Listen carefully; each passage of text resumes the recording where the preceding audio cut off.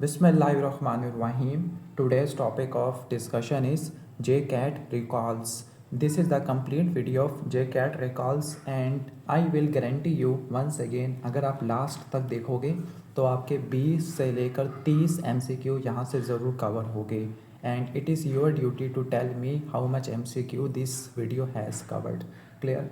तो let's start from the first MCQ.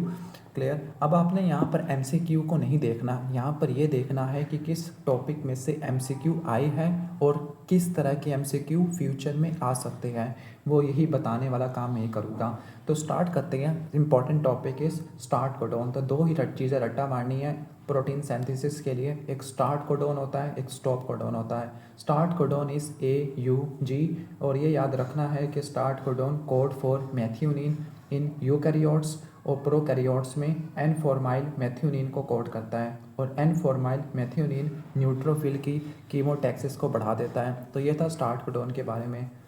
दो जो स्टॉप कोडॉन होते हैं वो तीन होते हैं, UAA, UGA, UAG. क्लियर? तो ये आपने रट्टा मार लेना है. Next MCQ point is enzyme जो DNA फ्रैगमेंट को जोड़ता है. This is the DNA ligase और ये किसको जोड़ता है? ओकाज़ाकी फ्रैगमेंट को, जो कि डिसकंटिन्यूस फैशन में बनते हैं और ये लैगिंग स्ट्रैंड पे होते हैं. अब ये MCQ आया है DNA रेप्लिकेशन वाले एंजाइम्स में से.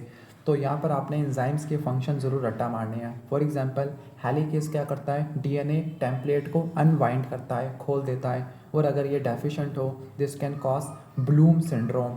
जो सिंगल स्ट्रैंडेड बाइंडिंग प्रोटीन है ये DNA को बचाती है फ्रॉम री अनीलिंग. री अनीलिंग का मतलब है कि ये सिंगल स्ट्रैंड से वापस डबल स्ट्रैंड में ना कन्वर्ट हो जाए.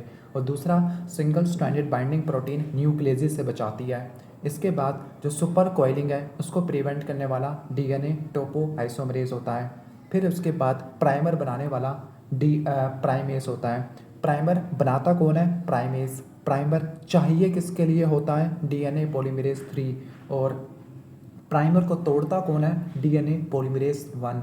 ये इसके बहुत सारे फंक्शंस हैं. और एक और इम्पॉर्टेंट फंक्शन इस DNA पॉलीमरेज 3 के पास दो पावर्स होती है. 5 प्राइम से 3 प्राइम में ये DNA बनाता है और 3 प्राइम से 5 प्राइम में ये तोड़ता है, एक्सो न्यूक्लियस कराता है फॉर प्रूफ रीडिंग. जो DNA पॉलीमरेज 1 है वो प्राइमर को तोड़ता है via 5 prime to 3 prime exonuclease. जबकि दो DNA फ्रैगमेंट्स को जोड़ना, ओकाज़ाकी फ्रैगमेंट को जोड़ना, this is the function of DNA ligase. और ये डिसकंटिन्यूस फैशन में जो बनते हैं उनको जोड़ता है, लैगिंग स्ट्रैंड पे काम करता है. और DNA लाइगेज फॉस्फोडाइएस्टर बॉन्ड बनाता है. लास्ट में एक इंपॉर्टेंट एंजाइम है टीलोमरेज जो 3 एंड ऑफ क्रोमोसोम के ऊपर DNA ऐड करता है. और जो टीलोमरेज है ये दो ही सेल में बढ़ जाता है, एक आपके कैंसर वाले सेल में और दूसरा स्टेम सेल में. तो ये MCQs पॉइंट बता दिया है, सारे MCQs पॉइंट जो DNA रेप्लिकेशन में से आ सकते हैं. Next is pyruvate dehydrogenase complex. ये वो एंजाइम है जो पायरोवेट को एसिटाइल कोई में कन्वर्ट करता है. This is the link reaction. तो ये एंजाइम माइटोकॉन्ड्रिया का है, लिंक रिएक्शन में होता है. लिंक का मतलब है ग्लाइकोलाइसिस को क्रेब्स साइकिल से जोड़ना. क्लियर? और इस स्टेप के अंदर एक NADH का मॉलिक्यूल भी बनता है. अब ये जो एंजाइम होता है पायरोवेट डिहाइड्रोजिनेस कॉम्प्लेक्स, ये इसमें ना 3 एंजाइम्स होते हैं और 5 कोफैक्टर होते हैं which are B1, B2, B3, B5 which is the pantothenic acid and lipoic acid. Clear? ये आपने रट्टा मार लेना है. और इस एंजाइम को इनहिबिट करने वाला एक ड्रग है या एक केमिकल है which is arsenic. Arsenic inhibit lipoic acid और इनडायरेक्टली ये पायरोवेट डिहाइड्रोजिनेस कॉम्प्लेक्स को इनहिबिट कर रहा है. और जब पायरोवेट कॉम्प्लेक्स एंजाइम इनहिबिट होगा तो पेशेंट में लैक्टेट का लेवल बढ़ जाएगा, एलानिन का लेवल बढ़ जाएगा और न्यूरोलॉजिकल डेफिसिट देखने को मिलेगा. Next is difference between essential और नॉन इसेंशियल अमाइनो एसिड. अब जो इसेंशियल अमाइनो एसिड होते हैं you can remember by mnemonic PTV Tim Hall. Clear? PTV Tim Hall. P for phenylalanine एलानिन, T for tryptophan, V for valine, Tim T से threonine, isoleucine, methionine, histidine, leucine, lysine. PTV Tim Hall ये रट्टा मारना है. और एक और इम्पॉर्टेंट पॉइंट इज कि जो टायरोसिन है this is not essential amino acid, non essential amino acid है। लेकिन एक डिजीज़ होती है फिनाइलकीटोनुरिया, उसके अंदर टायरोसिन इसेंशियल अमाइनो एसिड होता है। ब्रांच चेन अमाइनो एसिड में ल्यूसीन, आइसोल्यूसीन, वेलिन आते हैं, जबकि सिंपलेस्ट और स्मॉलेस्ट अमाइनो एसिड ग्लाइसिन होता है। Semi essential amino acid arginine होता है। क्लियर। और ये आपने रट्टा मार लेने हैं। Acidic amino acid aspartate glutamic acid होता है। Basic amino acid histidine, lysine, arginine होता है। सबसे ज़्यादा बेसिक अमाइनो एसिड आर्जिनिन होता है।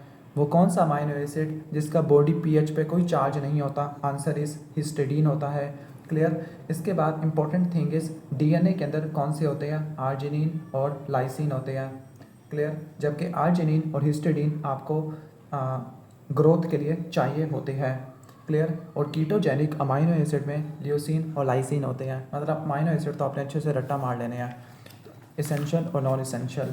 Same concept also apply for essential and non essential fatty acid. Clear. जो आपके जो फैटी एसिड होते हैं ना, दो ही इसेंशियल फैटी एसिड है। एक लिनओलिक एसिड है जो कि ओमेगा 6 है, और लिनोलेनिक एसिड है जो ओमेगा 3 है।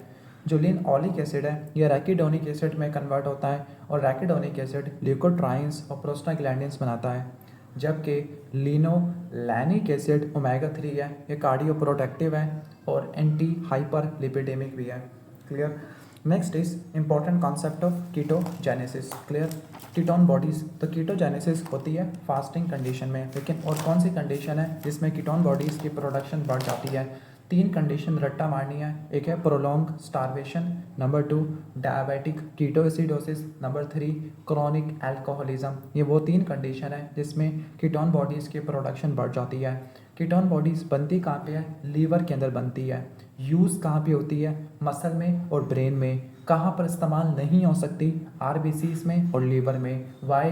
Because they does not contain transferase enzyme. Clear. और एक और इम्पॉर्टेंट कॉन्सेप्ट इज कि जो HMG CoA रिडक्टेज है, ये वो एंजाइम है जो कोलेस्ट्रॉल सिंथेसिस के लिए चाहिए, लेकिन कीटोन बॉडी सिंथेसिस के लिए HMG CoA लाइएस चाहिए। तो लाइएस वर्सेस रिडक्टेज का कॉन्सेप्ट इंपॉर्टेंट है। इसके अलावा 3 कीटोन बॉडीज़ के नाम आने चाहिए। एसीटोन जो कि ब्रेथ में आती है, एसीटोन स्मेल करवाती है। एसिटिक एसिड जो यूरिन में आती है, और बीटा हाइड्रोक्सी ब्यूटेरिक एसिड जो मेनली ब्लड में देखने को मिलती है। तो ये सारे MCQs पॉइंट मैंने बता दिया। क्लियर। तो उम्मीद है कि समझ आ गया होगा। Next is mechanism of action of statins. अब ये MCQ लिया गया है एंटी हाइपरलिपिडेमिक ड्रग्स में से।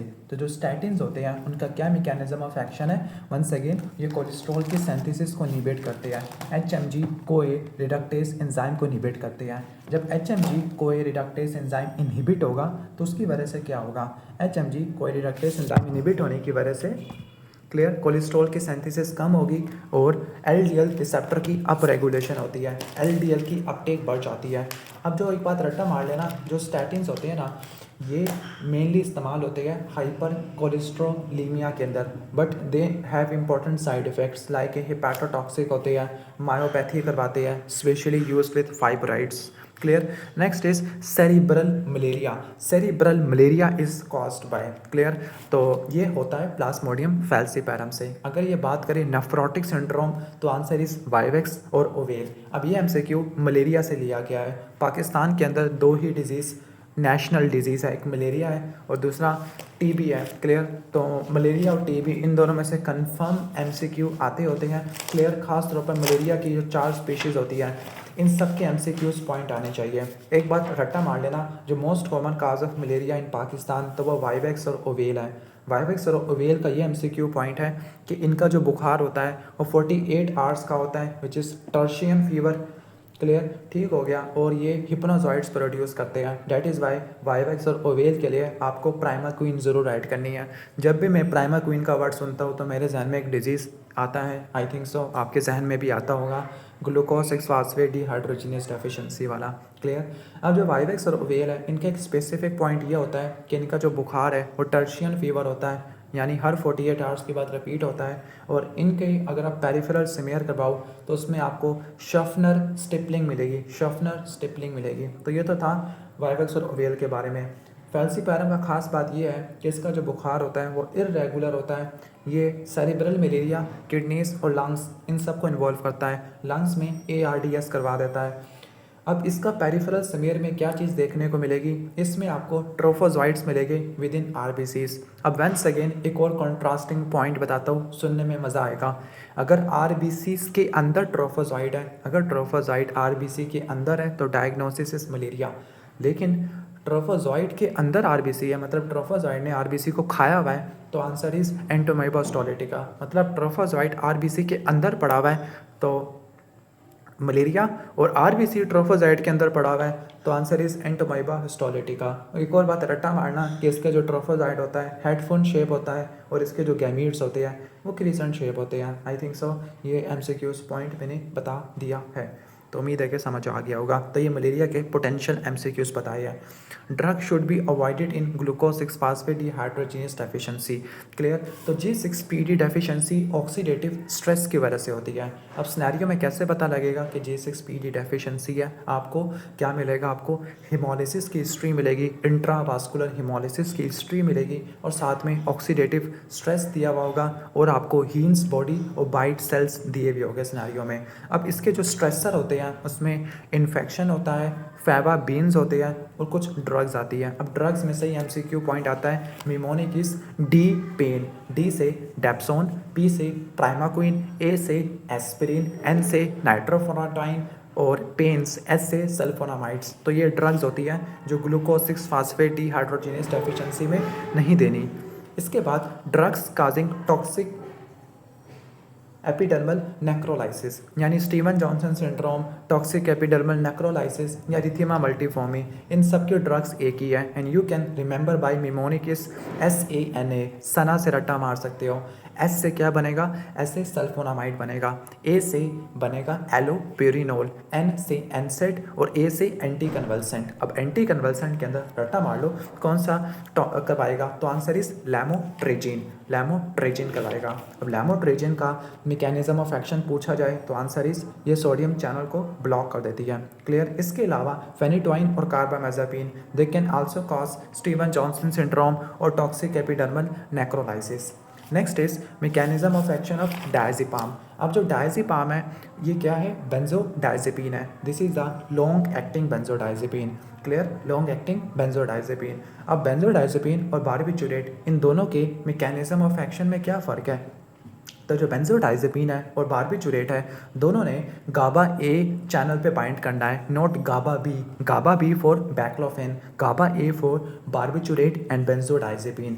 फ़र्क ये है कि जो बारबिचुरेट है उसने क्लोराइड चैनल की ड्यूरेशन को बढ़ा देना है, बेंजोडायज़ेपिन ने क्लोराइड चैनल की फ्रीक्वेंसी को बढ़ा देना है। Another MCQ point is what are 4 important short acting benzodiazepine you can remember by mnemonic is atom, A for alprazolam, T for triazolam, O for oxazepam, M for midazolam। they are short acting benzodiazepine और जो short acting benzodiazepine होती है उनका addiction ज़्यादा होता है। Another MCQ point is 3 बेंजोडायज़ेपिन ऐसी है जिनको लीवर डिजीज़ में आसानी से ले सकते हैं। You can remember by mnemonic LOT, L for lorazepam, oxazepam, temazepam. They are safe in case of liver disease. And what is the antidote of benzodiazepine, answer is flumazenil. Clear.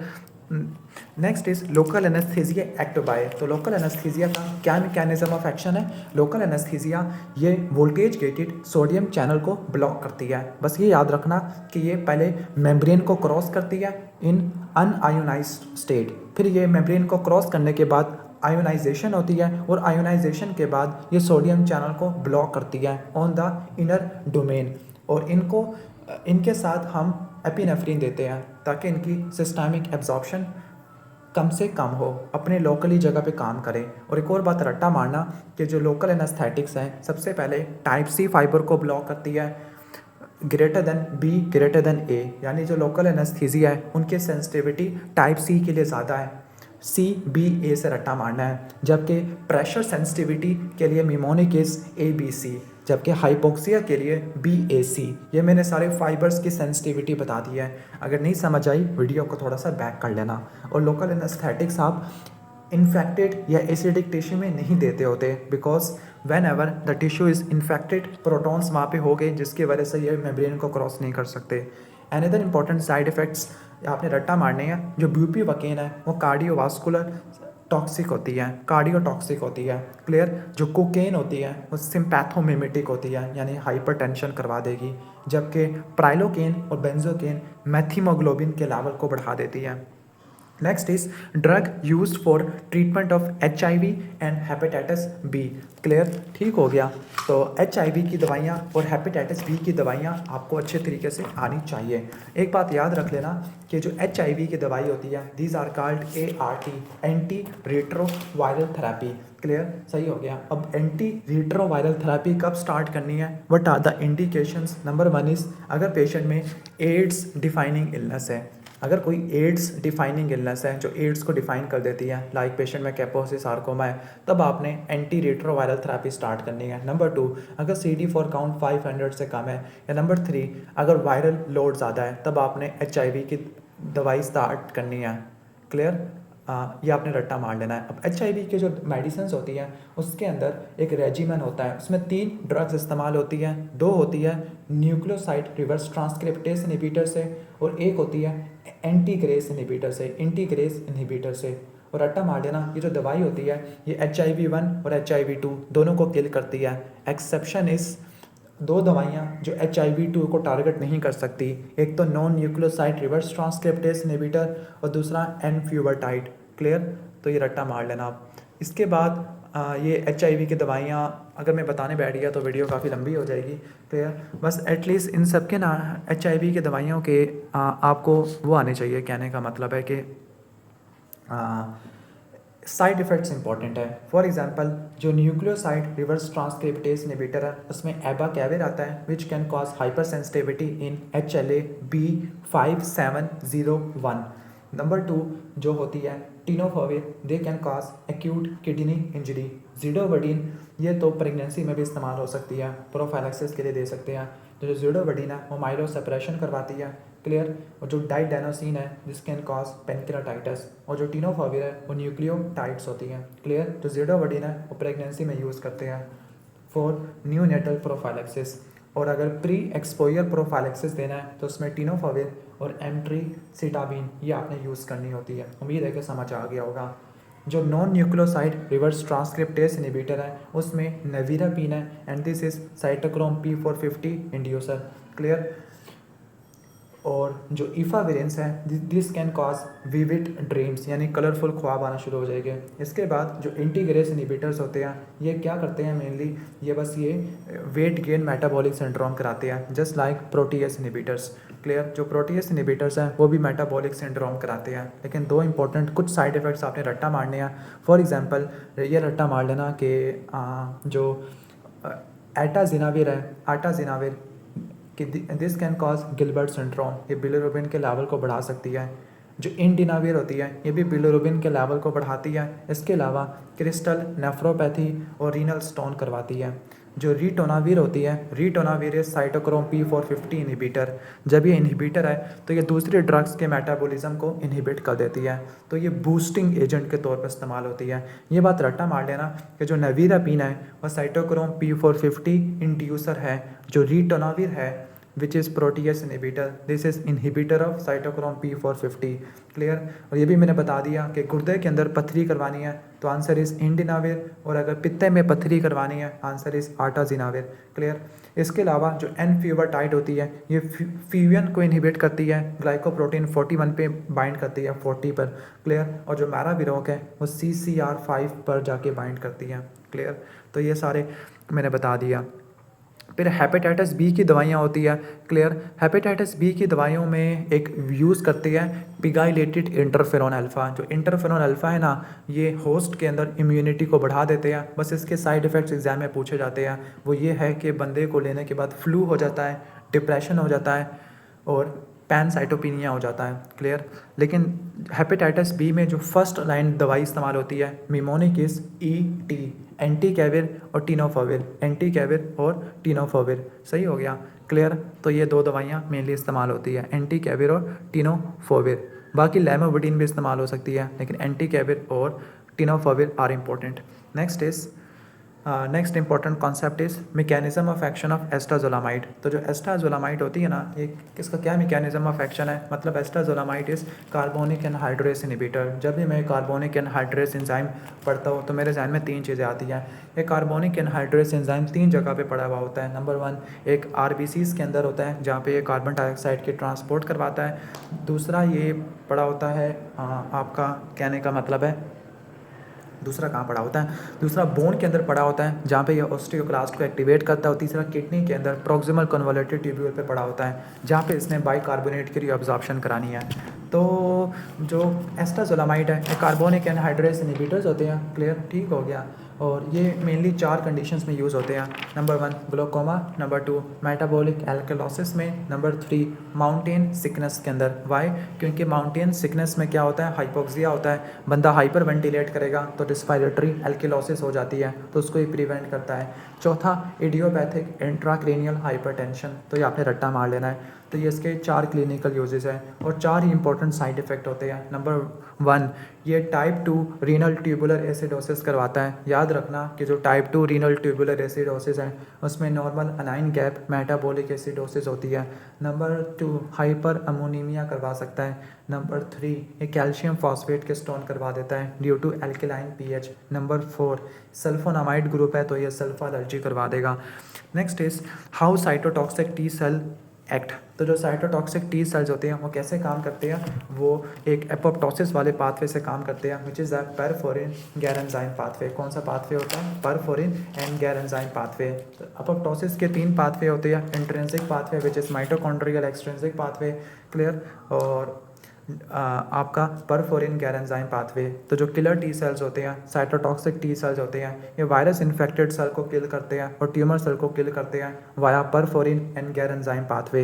याद रखना जो perforin granzymes है this is the same mechanism of action for natural killer cell. Next is which cell line must be suppressed to avoid graft rejection. तो graft rejection को prevent करने के लिए immunosuppression करनी होती है which is done by immunosuppressive drug. उसमें आपने मेनली टी सेल्स को सप्रेस करना होता है। उसमें से भी आपने असल में आप टी सेल को कैसे सप्रेस करोगे, आप असल में इंटरल्यूकिन 2 इसके ट्रांसक्रिप्शन को इनहिबिट करोगे।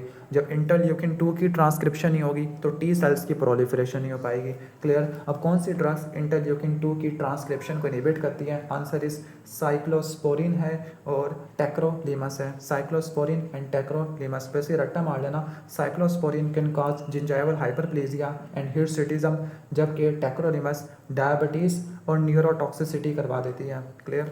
तो उम्मीद है कि समझ आ गया होगा। और नेफ्रोटॉक्सिक भी है काफ़ी ज़्यादा।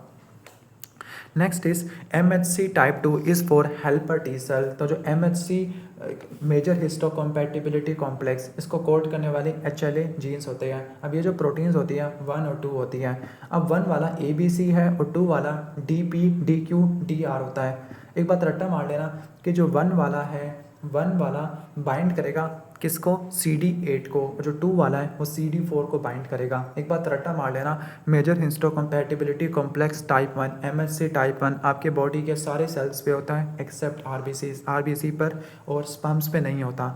जबकि MHC टाइप 2 ये सिर्फ और सिर्फ एंटीजन प्रेजेंटिंग सेल्स में होता है। अब एंटीजन प्रेजेंटिंग सेल्स 3 ही होते हैं, बी सेल, मैक्रोफेजेस और डेंड्रिटिक सेल्स, ये 3 ही सेल्स होते हैं एंटीजन प्रेजेंटिंग सेल। जो MHC टाइप 1 होता है ये एंडोजिनस एंटीजन को प्रेजेंट करता है जस्ट लाइक कोई वायरस की प्रोटीन है या कोई साइटोसोलिक प्रोटीन है। जबकि MHC टाइप 2 एक्सोजिनस एंटीजन को प्रेजेंट करता है which is bacterial proteins. Clear. तो उम्मीद है कि समझ आ गया होगा। 1 के साथ जो प्रोटीन एसोसिएटेड होती है आंसर इज बीटा 2 माइक्रोग्लोबुलिन, जबकि 2 के साथ इनवेरिएंट चेन एसोसिएटेड होती है। Another important MCQ point is कि इसके एग्जाम में HLA भी आ जाते हैं। फॉर एग्जांपल जो HLA B27 है this is associated with sero negative spondylo arthritis. Clear, ठीक हो गया। जिसमें psoriatic arthritis, ankylosing spondylitis, IBD associated arthritis और रिएक्टिव आर्थराइटिस आ जाता है।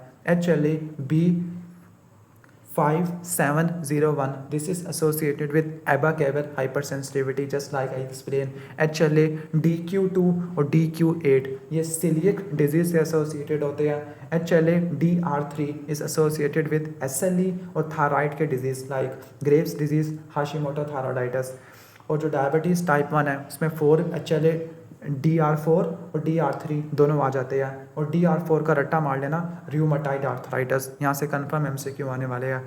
Pathophysiology of APLA syndrome which is antiphospholipid antibody syndrome. तो इसमें क्या होता है, इसमें जो प्लेटलेट्स होते हैं एक्टिवेट हो जाते हैं. प्लेटलेट्स इतने ज़्यादा एक्टिवेट हो जाते हैं कि वो थ्रोम्बोसिस करवा देते हैं और मिस कैरेजेस करवा देते हैं. अब जो एंटीफॉस्फोलिपिड एंटीबॉडी सिंड्रोम है this is caused by SLE और इसमें 3 एंटीबॉडीज़ होती हैं. You have to remember 3 antibodies. Exam में पूछी जाएगी आपसे तीनों एंटीबॉडीज़ के नाम या कोई भी एंटीबॉडी आ जाएगी. क्लियर. तो जो एप्ला होता है उसमें 3 एंटीबॉडीज़ होती है which are the anti cardiolipin antibody, lupus anticoagulant antibody and beta 2 glycoprotein antibody. और एक और MCQ पॉइंट है, इसमें रिकरेंट मिसकैरेजेस भी होते हैं, आर्टीरियल और वीनस थ्रोम्बोसिस भी होते हैं. क्लियर. नेक्स्ट इज एक पेशेंट हैवी स्मोकर है, अपर लंग में मैस है. क्लियर. और कैल्शियम ज़्यादा है, PTH का लेवल कम है लेकिन PTH RP का लेवल ज़्यादा है. This is the squamous cell cancer. अब जो लंग्स कैंसर है वो बहुत ज़्यादा एग्जाम में पूछे जाते हैं, खासतौर पर paraneoplastic syndromes. Small cell lung cancer के तो बहुत मरतबा पूछे जाते हैं. तो स्क्वेमस सेल एक बात रट्टा मार लेना, सारे जो लंग कैंसर होते हैं वो मोस्टली सेंट्रल होते हैं except adenocarcinoma which is peripheral. Clear. ठीक हो गया. तो स्क्वेमस सेल कैंसर सेंट्रल होगा यानी हाइलर मैस बनाएगा. बस रट्टा मार लेना. स्क्वेमस सेल कैंसर कैविटेशन करवाता है, सिगरेट स्मोकिंग से एसोसिएटेड है, हाइपर कैल्सीमिया करवाता है due to PTH RP. Keratin pearls produce करता है, इंटरसेलुलर ब्रिजेस होते हैं, P40 प्रेजेंट होता है which is the gene mutation. Clear. तो ये बात रट्टा मार लेना. तो इसका पैरानियोप्लास्टिक सिंड्रोम क्या है, hyper calcaemia. Small cell lung cancer के पैरानियोप्लास्टिक सिंड्रोम कौन कौन से है. Small cell lung cancer which is called oat cell cancer. This can cause Lambert Eaton myasthenic syndrome, paraneoplastic myelitis encephalitis, sub acute cerebellar degeneration. इसके अलावा Cushing syndrome और syndrome of inappropriate ADH भी करवाता है. क्लियर. ठीक हो गया. और इसमें 3 न्यूरोएंडोक्राइन ट्यूमर्स भी होते हैं, ट्यूमर मार्कर्स होते हैं लाइक क्रोमोग्रेनिन A, साइनेप्टोफाइजिन और क्रोमोग्रेनिन और न्यूरॉन स्पेसिफिक इनोलेस. तो ये सारे पॉजिटिव होते हैं. जो एडिनोकार्सिनोमा होता है उसमें माइग्रेटरी थ्रोम्बोफ्लेबाइटिस होता है जिसको ट्रोजियो फिनोमिना कहते हैं. और नॉन बैक्टीरियल थ्रोम्बोटिक एंडोकार्डाइटिस भी हो जाता है. सही हो गया. तो उम्मीद है कि समझ आ गया होगा कि आपने पैरानियोप्लास्टिक सिंड्रोम अच्छे से पढ़ के जाने हैं. नेक्स्ट इज एक सिम्टम्स ऑफ कुशिंग डिजीज है. After giving high dose dexamethasone suppression test cortisol level drop but ACTH are elevated. Okay. अब देखो high dose dexamethasone suppression test दिया है. अब जो high dose dexamethasone suppression test है अगर ये पॉजिटिव आ जाता है, मतलब अगर हाई डोज डेक्सामेथासोन कोर्टिसोल को सप्रेस कर देता है, that means source is pituitary से कोर्टिसोल आ रहा है which is the Cushing disease. लेकिन अगर high dose dexamethasone suppression test negative है तो इसका मतलब है कोई पैरानियोप्लास्टिक सिंड्रोम चल रहा है यानी स्मॉल सेल लंग कैंसर है. तो अगर ये सप्रेस कर देता है तो ये कुशिंग डिजीज़ है, पिचोट्री का एडिनोमा है. क्लियर. फिर उसको कंफर्म करने के लिए आप MRI वगैरह करा सकते हैं. इसके बाद स्नैरी ऑफ एडिसन. देखो ना कुशिंग का ऑपोजिट क्या है, एडिसन है. एडिसन वाले में क्या होता है, कोर्टिसोल की कमी होती है. तो इसमें कौन से सेल्स बढ़ जाएंगे, तो बेस्ट आंसर इज इयोजिनोफिलिया. क्लियर. तो इसको कैसे आपने याद रखना है, जो आपके होते हैं ना, कहने का मतलब है जो कोर्टिसोल होता है वो न्यूट्रोफिल के लेवल को बढ़ाता है और इयोजिनोफिल्स और लिम्फोसाइट्स के लेवल को कम करता है. अब देखो कोर्टिसोल कम है तो न्यूट्रोफिल्स कम हो जाएंगे और इयोजिनोफिल्स और लिम्फोसाइट का लेवल बढ़ जाएगा. Eosinophils are more specific. Next is एक पेशेंट का सीरम सोडियम लेवल बहुत ज़्यादा है. क्लियर. Hyper natraemia. जब भी आपको हाइपर नेट्रीमिया यानी सोडियम ज़्यादा और पोटेशियम कम मिले इसका मतलब है एल्डोस्टेरोन का कोई चक्कर है. जब एल्डोस्टेरोन ज़्यादा होता है, सोडियम का लेवल ज़्यादा, पोटेशियम कम, प्रोटॉन्स कम, pH ज़्यादा, मेटाबॉलिक एल्किलोसिस हो जाती है. और इसका कॉज क्या होता है, Conn syndrome which is the adrenocortical adenoma जो एल्डोस्टेरोन को प्रोड्यूस करेगा. इसके बाद है इंट्रासेलुलर रिसेप्टर्स. अब जो इंट्रासेलुलर रिसेप्टर्स है जो सेल के जो सेल के अंदर जो के रिसेप्टर्स पड़े होते हैं, अब उसके अंदर एग्जांपल्स कौन कौन सी होती हैं, उसमें रट्टा मार लो, जो आपके स्टीरॉइड्स हार्मोन्स होते हैं उनके इंट्रासेलुलर रिसेप्टर्स होते हैं, विच इंक्लूड अब स्टीरॉइड हार्मोन कौन कौन से होते हैं। स्टीरॉइड हार्मोन के अंदर आपके टेस्टोस्टेरोन, बीटा एस सी जी कहाँ से स्टीरॉइड आ गया, सॉरी, जो इंट्रासेलुलर रिसेप्टर के अंदर स्टीरॉइड हार्मोन्स है like oestrogen, progesterone, testosterone, cortisol, aldosterone, thyroid hormone, vitamin D, vitamin A, तो ये सारे आ जाते हैं। जो रिसेप्टर टायरोसिन काइनेस है उसमें सारे ग्रोथ फैक्टर्स आते हैं like insulin like growth factor 1, fibroblast growth factor 1, platelet derived growth factor 1, epidermal growth factor, insulin, तो ये सारे रिसेप्टर टायरोसिन काइनेस है। और जो नॉन रिसेप्टर टायरोसिन काइनेस है उसमें ग्रोथ हार्मोन आ जाएगा, क्लियर, और प्रोलैक्टिन आ जाएगा। सही हो गया, ग्रोथ हार्मोन, प्रोलैक्टिन्स, साइटोकाइंस आ गया है, एरिथ्रोपोइटिन, थ्रोम्बोपोइटिन, ये सारी चीज़ें आ जाती हैं। Next is which have membrane receptors. Membrane receptor में जी प्रोटीन कपल्ड रिसेप्टर आ जाते हैं, उसमें आ जाएगा एड्रीनालिन आ जाएगा। जो एड्रीनालिन होती है वो बीटा 1 रिसेप्टर पे बाइंड करती है, बीटा 1 बीटा 2, जिसकी वजह से क्या होगा, बीटा 1 और बीटा 2 स्टिमुलेटरी जी प्रोटीन से एसोसिएटेड होते हैं, यानी साइक्लिक ईएमपी के ज़रिए काम करते होते हैं। तो एपिनेफ्रिन साइक्लिक ईएमपी के ज़रिए काम करेगा। नेक्स्ट इज एड्रीनालिन और नोरेपिनेफ्रिन, यानी जो कैटिकोलामीन्स होते हैं they are synthesised from the tyrosine. रट्टा मार लेना, टायरोसिन से 3 चीज़ें बनती है मेनली। टायरोसिन से आपका बनेगा मेलानिन, टायरोसिन से बनेगा कैटिकोलामीन्स, टायरोसिन से बनेगा होमोजेंटेजिक एसिड जो टूटेगा होमोजेंटेजिक ऑक्सीडेज से, और अगर ना टूटे तो एल्केप्टोनूरिया हो जाएगा। Mechanism of action of G proteins. अब जो जी प्रोटीन्स होती है ये रिसेप्टर और सेकंड मैसेंजर के दरमियान रिले का काम करती है। अब जो जी प्रोटीन्स होती है ये डिफरेंट टाइप की होती है। कुछ स्टिमुलेटरी जी प्रोटीन होती है which is G S protein, कुछ इनहिबिटरी जी प्रोटीन है विच इज़ कॉल्ड जी आई, और कुछ होती है जी क्यू जो IP3 डैग कैल्शियम मैकेनिज्म से काम करती होती है, क्लियर। अब इनके साथ अब इनके रिसेप्टर वगैरह आपको पता होना चाहिए। जो जी क्यू वाली है, जी क्यू, इसका mnemonic is have M and M, H से बनेगा H1, A से बनेगा अल्फा 1, V से बनेगा V1, M and M, M1 and M3, बस इन शॉर्ट H1 हिस्टामिन का रिसेप्टर, अल्फा 1, V1, M1 और M3 ये GQ से एसोसिएटेड होते हैं। जो GI है उसका निमोनिक है MAD, मैड, M से M2, A से अल्फा 2, D से D2, ये GI से एसोसिएटेड है। और जो GS है स्टिमुलेटरी जी प्रोटीन है, उसमें beta 1, beta 2, D1, H2, V2, ये सारे चीज़ें आ जाती है, क्लियर। इसके बाद ड्राई आइज, ड्राई माउथ, जब भी मैं पढ़ता हूँ dry eyes, dry mouth, dry vagina, तो ये कौन सा सिंड्रोम है, शोग्रान सिंड्रोम है, ठीक हो गया। अब शोग्रान सिंड्रोम में आपने सिक्रीशंस को बढ़ाना है तो पैरासिम्पैथेटिक एगोनिस्ट दोगे, तो बेस्ट आंसर इज पाइलोकार्पिन, लेकिन वो ऑप्शन में नहीं है, तो फिर आप सीविमिलिन भी दे सकते हो। Same mechanism of action muscarinic agonist होती है। अब जो पाइलोकार्पिन होती है ये 3 जगह पे आपने पढ़नी है अच्छे से। एक होती है ग्लोकोमा में इस्तेमाल होती है, यानी ये ओपन एंगल ग्लोकोमा में यूज़ करेंगे बिकॉज ये सिलेरी मसल की कॉन्ट्रैक्शन कराती है।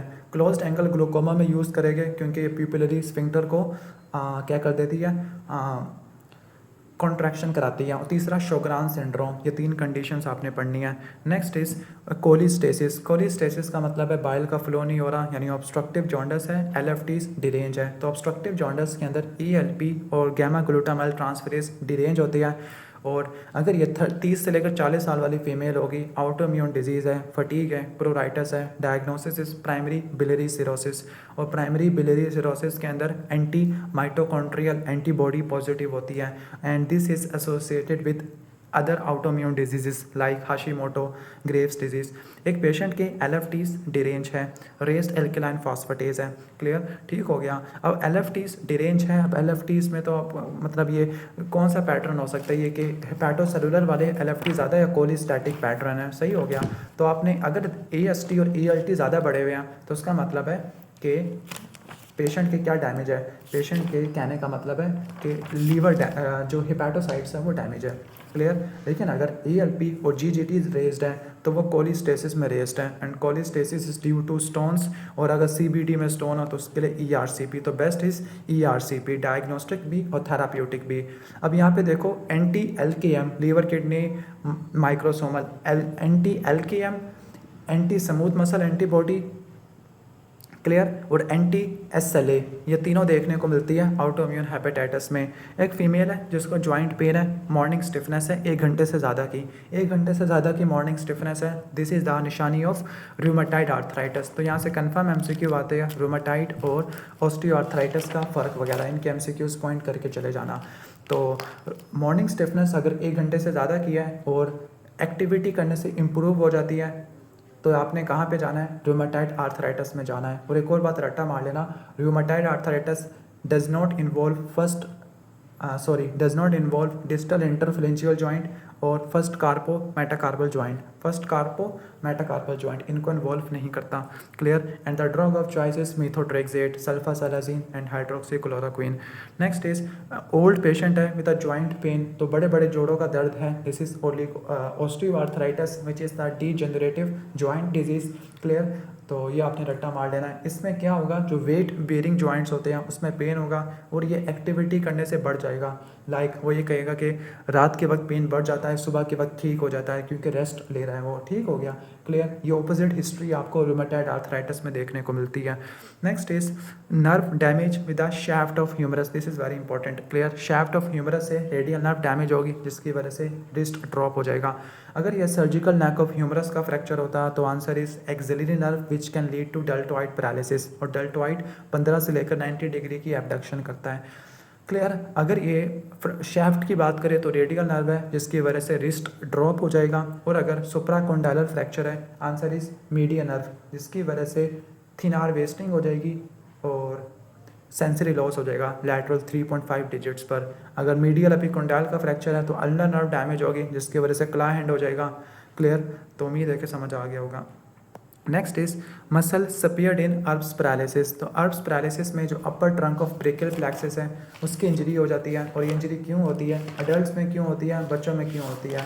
अब बच्चों में इसलिए होती है अगर लैटरल ट्रैक्शन अप्लाई करे to the neck, lateral traction apply करे इन्फेंट में या अडल्ट में, ये होगा कि अगर हेड और शोल्डर के दरमियान एंगल बढ़ गया है। क्लियर, अब इसमें रट्टा मार लेना कि इसमें ना आपकी कौन सी मतलब कहने का मतलब है कि इसमें कौन से आपके मसल्स उड़ जाते हैं, क्योंकि अगर वो समझ आ जाएगा तो इजी हो जाएगा पहचानना कि कौन सा नहीं होगा। तो mnemonic is dips.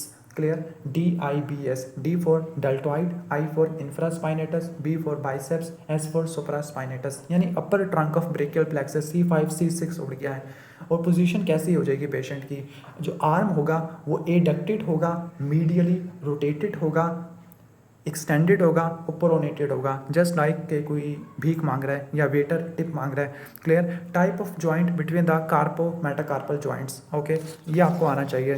Synovial joints की टाइप्स के कौन सा जॉइंट किस कैटेगरी का बनता है, क्योंकि यहाँ से कंफर्म MCQs बनते होते हैं। क्लियर, और ये वो टॉपिक है जो काफ़ी ज़्यादा वोलेटाइल है, लेकिन ये अगर आप एक दफ़ा अच्छे से पढ़ लो ना, क्योंकि इससे ज़्यादा मुश्किल MCQ नहीं आएंगे, बस ये जॉइंट्स की टाइप पूछी जाएगी। तो एक बात रट्टा मार लेना कि जो आपके शोल्डर जॉइंट है, हिप जॉइंट है और स्टेपीस और इंकस के दरमियान जॉइंट है वो बॉल एंड सॉकेट टाइप का होता है। एल्बो, नी जॉइंट और इंटरफ्लेंजियल जॉइंट ये हिंज टाइप के होते हैं। जो पाइवट जॉइंट है वो आपका रेडियो अल्लर जॉइंट है और एटलांटो एक्सियल जॉइंट है। जो इलिप्सॉइड या कोंडालाइट जॉइंट है उसमें रिस्ट आता है और मेटाकार्पोफेलेंजियल आ जाता है। सैडल के अंदर एक ही है, वह है कार्पो मेटाकार्पल, मिक्स ना कर देना, कार्पो मेटाकार्पल में और मेटाकार्पोफेलेंजियल में। मेटाकार्पोफेलेंजियल और रिस्ट वाले ये कोंडालाइट या इलिप्सॉइड होते हैं, जबकि सैडल वाले कार्पो मेटाकार्पल है, जबकि sacroiliac joint is plane और ग्लाइडिंग टाइप का। तो ये आपने रट्टा मार लेना है। इसके अलावा एक और MCQ आ सकता है, प्राइमरी कार्टिलेजिनस जॉइंट और सेकेंडरी कार्टिलेजिनस जॉइंट। जो सेकेंडरी कार्टिलेजिनस जॉइंट है उनको सिम्फिसिस कहते हैं, उसमें फाइब्रो कार्टिलेज आता है। इसका याद करने का ट्रिक है कि जो सेकेंडरी वाले या जो सिम्फिसिस होते हैं ये आपके मिड लाइन में पड़े हुए होते हैं। For example manubriosternal joint, intervertebral disc होती है या प्यूबिक सिम्फिसिस है। इसके अलावा जो बाकी सारे होते हैं वो प्राइमरी कार्टिलेजिनस जॉइंट है। For example first sternocostal joint, costochondral joint, मतलब ये सारे वो आ जाते हैं। क्लियर, तो उम्मीद है कि समझ आ गया होगा। Next is bone with intramedullary कह रहा हूँ, इंट्रा मेम्ब्रेनस ऑसिफिकेशन। तो जो बोन की ऑसिफिकेशन होती है वो दो तरीक़ों से होती है, एंडोकॉन्ड्रल और इंट्रा मेम्ब्रेनस। रट्टा मार लेना, जो इंट्रा मेम्ब्रेनस होती है ना, ये आपकी जो फेस की जो सारी बोन्स है, स्कल की और फेस की, वो सारी इंट्रा मेम्ब्रेनस वाली होती है। Clear. But only exception is, एक बात रट्टा मार लेना, जो फेस और स्कल की बोन्स होती है उनकी इंट्रा मेम्ब्रेनस है, और जो लिम्स की बोन होती है, लॉन्ग बोन्स होती हैं, उनकी ओसिफिकेशन एंडोकॉन्ड्रियल होती है, जिसमें पहले कार्टिलेज बनता है फिर वो बोन से रिप्लेस हो जाता है। दोबारा बता दूं कि सारी जो लॉन्ग बोन्स हैं उसकी ओसिफिकेशन एंडोकॉन्ड्रियल होती है, एक्सेप्ट क्लैविकल जिसके इंट्रा मेम्ब्रेनस होती है। कुछ ऐसी बोन्स हैं जिनकी कंबाइंड होती है, मेम्ब्रेनस भी और कार्टिलेजिनस भी। Mnemonic is most, M for mandible, O से ऑक्सीपिटल, एस से सफिनॉइड, टी से टेम्पोरल। ये वो बोन्स है जिनकी मिक्स होती है, मेम्ब्रेनस भी और कहने का मतलब है कि एंडोकॉन्ड्रियल भी। फिर इसके बाद structure stabilising the hip joint.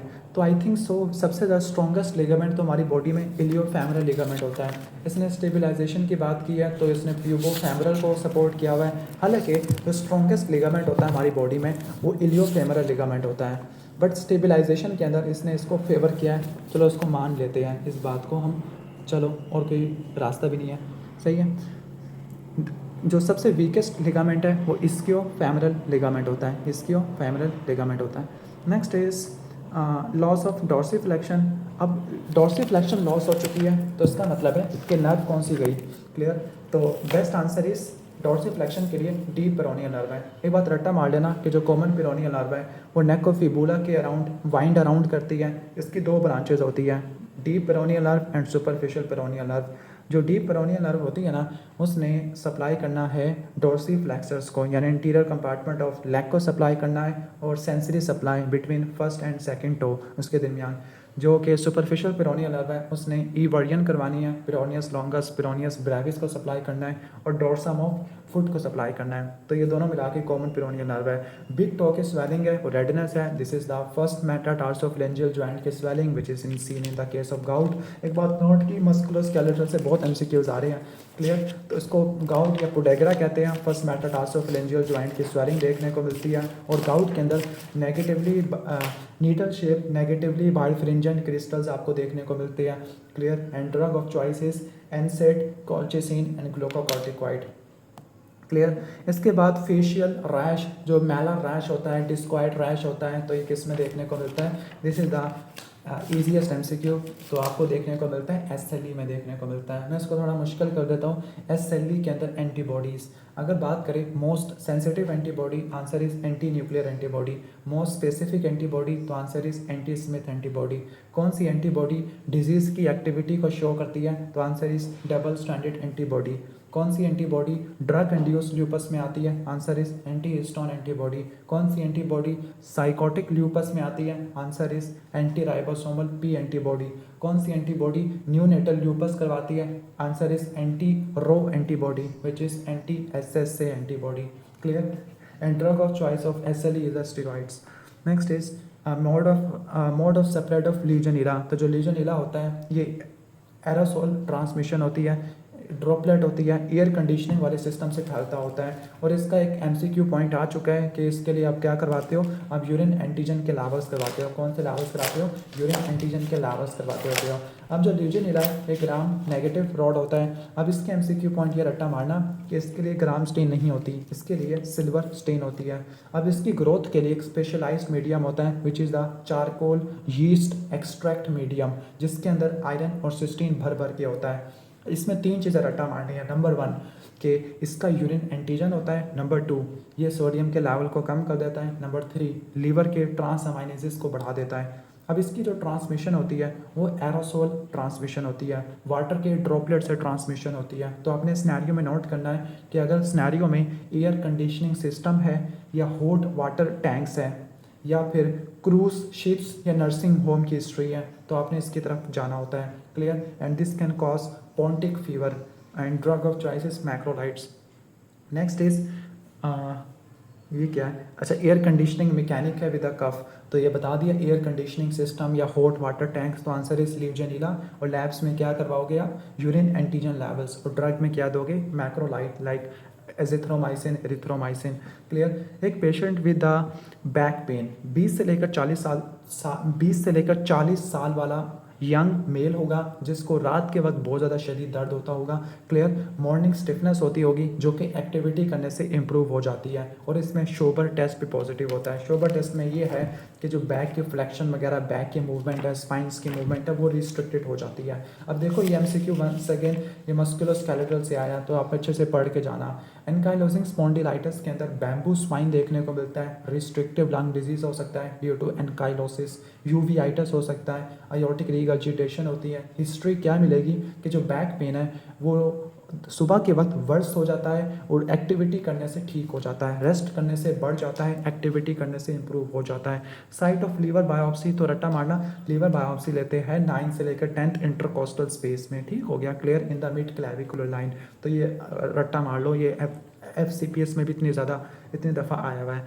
इसके बाद जो AV नोट में डिले क्यों आता है? डिले इसलिए आता है क्योंकि AV नोट में गैप जंक्शंस कम होते हैं। क्लियर। जो कि सिंसिशियल कॉन्ट्रैक्शन वगैरह करवाते हैं। और एक और बात रट्टा मार लेना कि कितना डिले होता है, 0.1 सेकेंड का, ताकि वेंट्रिकल की फीलिंग यहाँ पे आ जाए। और AV नोडल डिले को शो करने वाला PR इंटरवल होता है। क्लियर। नेक्स्ट इज जो स्टेम सेल्स होते हैं इन द फीटस, ये कहाँ से बनते हैं? Answer is cytotrophoblast. तो जो फीटल साइड है वहाँ पे दो तरह के सेल्स होते हैं, सिंसिटियोट्रोफोब्लास्ट और साइटोट्रोफोब्लास्ट। सिंसिटियोट्रोफोब्लास्ट और साइटोट्रोफोब्लास्ट, इन दोनों के फंक्शन डिफरेंट होते हैं। जो साइटोट्रोफोब्लास्ट होता है वो इनर लेयर होती है और वो स्टेम सेल्स होती है। जो सिंसिशियो मतलब ये प्लेसेंटा का फीटल कंपोनेंट है। तो जो साइटोट्रोफोब्लास्ट है उसमें स्टेम सेल्स होते हैं, इनर लेयर होती है। सिंसिशियो ट्रोफोब्लास्ट आउटर लेयर होती है और ये स्टीरॉयड हार्मोन प्रोड्यूस करता है, लाइक बीटा एसीजी प्रोड्यूस करता है। बीटा एसीजी वैसे स्टीरॉयड हार्मोन तो नहीं है। बीटा एसीजी क्या करेगा? कॉर्पस लूटियम को स्टिमुलेट करेगा कि वो प्रोजेस्टेरोन प्रोड्यूस करे। वो प्रोजेस्टेरोन फर्स्ट ट्राइमेस्टर में प्रेगनेंसी को मेंटेन करता है। सिंसिशियो ट्रोफोब्लास्ट के पास MHC1 नहीं होंगे, that is why immune system can not attack foetal cells. ठीक हो गया। तो ये आपने रट्टा मार लेना है। मोस्ट कॉमन टेराटोजन फॉर होलोप्रोसेंसेफली, रट्टा मार लो, होलोप्रोसेंसेफली ये रेटिनॉइड से भी हो सकती है, सॉरी अल्कोहल से भी हो सकती है। क्लियर। लेकिन यहाँ पे बेस्ट आंसर इज रेटिनॉइड्स। जो रेटिनॉइड्स होते हैं क्रेनियोफेशियल प्रॉब्लम करवाते हैं, कार्डिक डिफेक्ट करवाते हैं, CNS डिफेक्ट करवाते होते हैं। क्लियर। अब ये रेटिनॉइड्स कहाँ इस्तेमाल होते हैं? एक्ने के लिए इस्तेमाल होते हैं, लेकिन आपने एटलीस्ट नेगेटिव प्रेगनेंसी टेस्ट करवाना है और 2 कॉन्ट्रासेप्शन ज़रूर यूज़ करवाने हैं आपने। क्लियर। और एक और बात रट्टा मार लेना कि अल्कोहल से भी हो सकता है holoprosencephaly, and holoprosencephaly is also caused by Patau syndrome. Next is bird beak appearance, this is seen in case of achalasia cardia. अब इसकी हिस्ट्री टिपिकल होती है कि इसमें प्रोग्रेसिव डिस्फेजिया होता है, सॉलिड्स और लिक्विड्स दोनों के लिए होता है, लिक्विड्स के लिए ज़्यादा होता है। इन्वेस्टिगेशन ऑफ चॉइसेस क्या होती है? मैनोमेट्री। और treatment of choices Heller's myotomy, और इसके अंदर नाइट्रिक ऑक्साइड और VIP की प्रोडक्शन कम होती है, and this is caused by Chagas disease. Next is what abolishes receptive relaxation of stomach, कि जब स्टोमक में फूड आनी होती है स्टोमक रिलैक्स कर जाता है ताकि फूड को क्या कर सके, फूड को वो स्टोर कर सके। अब वो कौन सा हार्मोन है जो कि रिसेप्टिव रिलैक्सेशन को एबॉलिश कर देता है? वो है कोलिसिस्टोकाइनिन। अब ये कोलिसिस्टोकाइनिन कब प्रोड्यूस होता है? जब फैटी फूड डूडिना में एंटर होती है, और ये क्या करेगा? नंबर 1 पेनक्रियास से एंजाइम्स की सिक्रेशन बढ़ा देगा। नंबर 2 गाल ब्लैडर की कॉन्ट्रैक्शन करवाएगा। नंबर 3 स्फिंक्टर ऑफ बॉडी की रिलैक्सेशन करवाएगा। नंबर 4 गैस्ट्रिक एम्पटाइम को कम कर देगा। नंबर 5 स्टोमक की रिसेप्टिव रिलैक्सेशन को इनहिबिट कर देगा। एक फीमेल है with a fat in stool, fat in stool, this is the steatorrhoea. अब स्टीटोरिया के मोटे मोटे 2 कॉजेज को रट्टा मार लो, एक होता है सीलियक डिजीज, दूसरा विपल्स डिजीज होता है, और तीसरा आपको मिलेगा पेनक्रियाटिक इंसफिशिएंसी। क्लियर। तो इसमें देखो नेगेटिव फॉर सीलियक डिजीज मतलब बायोप्सी नेगेटिव है या सीरोलॉजी नेगेटिव है, तो वो नेगेटिव है तो आपने पेनक्रियाटिक इंसफिशिएंसी में जाना है। And what are the 2 causes of pancreatic insufficiency? Answer is chronic pancreatitis and the cystic fibrosis. Next is most common complication of iron deficiency anaemia, तो किसी भी एनीमिया में फटीग हो सकती है, थकावट, डिस्निया हो सकता है, और हार्ट फेल भी हो सकता है। एनीमिया की वजह से हाई आउटपुट हार्ट फेलियर होगा। रट्टा मार लेना कि जो हाई आउटपुट हार्ट फेलियर है वो पेजेट डिजीज़ की वजह से भी हो सकता है, बेरी की वजह से भी देखने को मिल सकता है, आर्टरियोवीनस फिस्टुला की वजह से भी हो सकता है, और एनीमिया की वजह से भी हो सकता है। एक पेशेंट को सन एक्सपोजर की हिस्ट्री है और लीजन का साइज बढ़ रहा है आहिस्ता आहिस्ता, क्लियर, और इसमें कलर चेंजेस भी मिल रहे हैं, तो ये किस में देखने को मिलता है? Best answer is malignant melanoma. अब मैलिग्नेंट मेलानोमा के अंदर आपने ये चीज़ रट्टा मारनी है कि इसमें डायग्नोस्टिक क्राइटेरिया यूज़ होता है ABCDE। A for asymmetry, clear, B for borders irregular होते हैं, C for colour variation, D for diameter 6 से ज़्यादा का होगा, E for evolution over the time. ये आपने याद रख लेना है। अब मैलिग्नेंट मेलानोमा का ट्यूमर मार्कर इंपॉर्टेंट है, S100 होता है, क्लियर, और इसमें जो प्रोग्नोसिस या मेटास्टेसिस को देखने के लिए हम ब्रेसलो थिकनेस देखते हैं। ब्रेसलो थिकनेस में आप ट्यूमर की डेप्थ को देखते हैं। इसके 4 टाइप्स होती है, सुपरफिशियल, स्प्रेडिंग, नोड्यूलर, लेंटिगो मैलिग्ना, एक्रोलेंटिजियस, और ब्राव की म्यूटेशन देखने को मिलती है। And treatment is white एक्सियन, clear, सही हो गया। इसके अलावा आप इम्यूनोथेरेपी इस्तेमाल कर सकते हैं, इपिलीमुमाब यूज़ कर सकते हैं, या ब्राफ इनिबिटर्स विच आर वीमोराफिनिब, पता नहीं मैं सही प्रोनाउंस कर रहा हूँ या नहीं कर रहा। इसके बाद wound remain 10% of the original size within the 6 week, मतलब वूंड का साइज छोटा हो गया, यानी क्या हुई है? वूंड की कॉन्ट्रैक्शन हुई है, and the contraction of wound is done by myofibroblast. तो ये MCQ उठाया गया है वूंड रिपेयर वाले टॉपिक में से। एक और बात रट्टा मार लेना कि जब वूंड का रिपेयर होता है तो जो कोलेजन टाइप 3 है वो कोलेजन टाइप 1 से रिप्लेस हो जाता है, और वूंड की जो 70 से 80% तक स्ट्रेंथ होती है वो 3 मंथ में रीगेन हो जाती है। Collagen type 3 is replace by collagen type 1। This is very important MCQ point, clear, सही हो गया। और रट्टा मार लेना कि जो रीमॉडलिंग होती है उसमें टाइप 3 टाइप 1 से रिप्लेस हो जाता है, और जो कोलाजिनेस है this is produced by fibroblast जो कि कोलेजन को तोड़ते हैं, क्लियर, और इसको जिंक वगैरह चाहिए होता है। दैट इज़ वाई अगर जिंक नहीं होगा तो वुंड की हीलिंग नहीं हो पाएगी। Rash on legs, clear, joint की इन्वॉल्वमेंट है, और हार्ट का डिजीज़ भी है। अब रैश इन लेग्स और नोड्यूलर रैश हो तो वह अरिथीमा नोडोजम में होता है। पेशेंट को जॉइंट्स और हार्ट के डिजीज़ है तो अरिथीमा नोडोजम है, and the complete diagnosis is the क्या होगा complete diagnosis? Complete diagnosis is sarcoidosis. अब सार्कोइडोसिस में कौन सा हार्ट डिजीज होता है? सार्कोइडोसिस में डायलेटेड कार्डियोमायोपैथी भी होती है और रिस्ट्रिक्टिव कार्डियोमायोपैथी भी देखने को मिलती होती है। अब एग्जाम में कभी कभार पूछा जाए कि what are the causes of erythema nodosum, तो you can remember by the mnemonic is sore shin, clear, SORE, clear, sore shin, S for streptococcus. अच्छा, ये एरिथीमा नोडोजम होता क्या है? इसको बोलते हैं एक्यूट पेनिकुलाइटिस, सबकुटेनियस फैट की इन्फ्लेमेशन होती है। अब इसका जो मिमोनिक है वह है sore shin, S for streptococcus, O for OCPs, R for rickettsia, E for eponymous, मतलब कोई डिजीज आ जाएगा like Behcet's disease, S for sulfonamides, penicillin which can cause cutaneous small vessel vasculitis, H for Hansen disease which is leprosy और histoplasma, I for IBD Crohn's में होता है, N for non Hodgkin lymphoma, S for sarcoidosis, और sarcoidosis में lupus pernio भी देखने को मिलता है, क्लियर। इसके बाद major criteria of infective endocarditis, तो इसका जो क्राइटेरिया होता है विच इज़ द, कौन सा क्राइटेरिया होता है? Dukes criteria.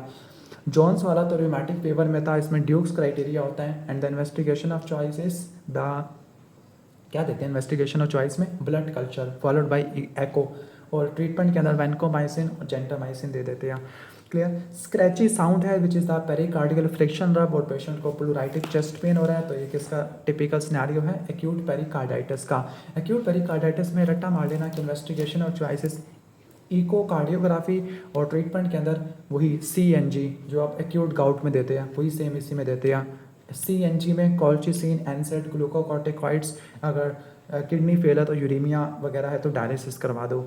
Pulmonary function test, asthma, तो asthma is the obstructive lung disease, रट्टा मार लो ऑब्स्ट्रक्टिव लंग डिजीज के अंदर रेसिडुअल वॉल्यूम ज़्यादा, फंक्शनल रेजिडुअल कैपेसिटी ज़्यादा, टोटल लंग कैपेसिटी ज़्यादा होती है, और 3 चीज़ें कम होती है, 4 चीज़ें चलो कम कर लो। FEV1 कम होता है, FVC कम होता है, FEV1 ओवर FVC रेशो कम होती है, और पीक एक्सपायरेटरी फ्लो रेट कम होता है। Disease with increased vital capacity but reduce timed vital capacity, okay, clear, what the hell is this, clear. अच्छा, वाइटल कैपेसिटी बढ़ रही है but reduce timed vital capacity, that means that कि timed का मतलब क्या है कि फर्स्ट सेकंड के अंदर FEV1, क्लियर। तो पहली बात ये रट्टा मार लेना कि इन ये डायग्नोस बनता क्या है, क्लियर। तो वो डिजीज़ जिसमें FEV1 और FEC दोनों कम होते हैं, लेकिन जो रेशो वो बढ़ जाती होती है, क्लियर, क्योंकि दोनों प्रोपोर्शनेटली क्या होते हैं, कम हो जाते हैं, क्लियर। तो बेस्ट आंसर इस इंटरस्टिशियल लंग डिजीज़ बन सकता है, ठीक हो गया। तो इसमें क्रॉनिक ब्रोंकाइटिस है, I think so chronic bronchitis is obstructive lung disease. Statement में थोड़ा मसला है, जो मैंने आपको कॉन्सेप्ट दिया आपने उससे पहचानना है। चलो, treatment option for 11 millimetre stone, okay, this is very important, clear. तो लिथोट्रिप्सी वाला, लिथोट्रिप्सी में आपने कब जाना है, extra corporeal show off lithotripsy पर कब जाना है, और ऑब्जर्वेशन वगैरह पे कब जाना है, क्लियर। तो ये बात रट्टा मार लेना कि स्टोन का ट्रीटमेंट आपने कब देना है, जब स्टोन आपका कहने का मतलब है 11 मिलीमीटर। 11 मिलीमीटर का मतलब है कि स्टोन ऑलमोस्ट 1 सेंटीमीटर का है, क्लियर, सही हो गया। स्टोन ऑलमोस्ट जो 3 से लेकर 4 मिलीमीटर वाले वो तो खुद ब खुद पास हो जाते हैं। 11 मिलीमीटर वाले स्टोन्स के लिए, क्लियर, उसके लिए आपने क्या करवानी होती है, मेडिकल एक्सपल्शन थेरेपी करवानी होती है, जिसमें आप टैमसालोसिन वगैरह दे सकते हैं, सही हो गया, क्लियर। तो मैं इसके एग्जैक्ट देख लूँ मैं,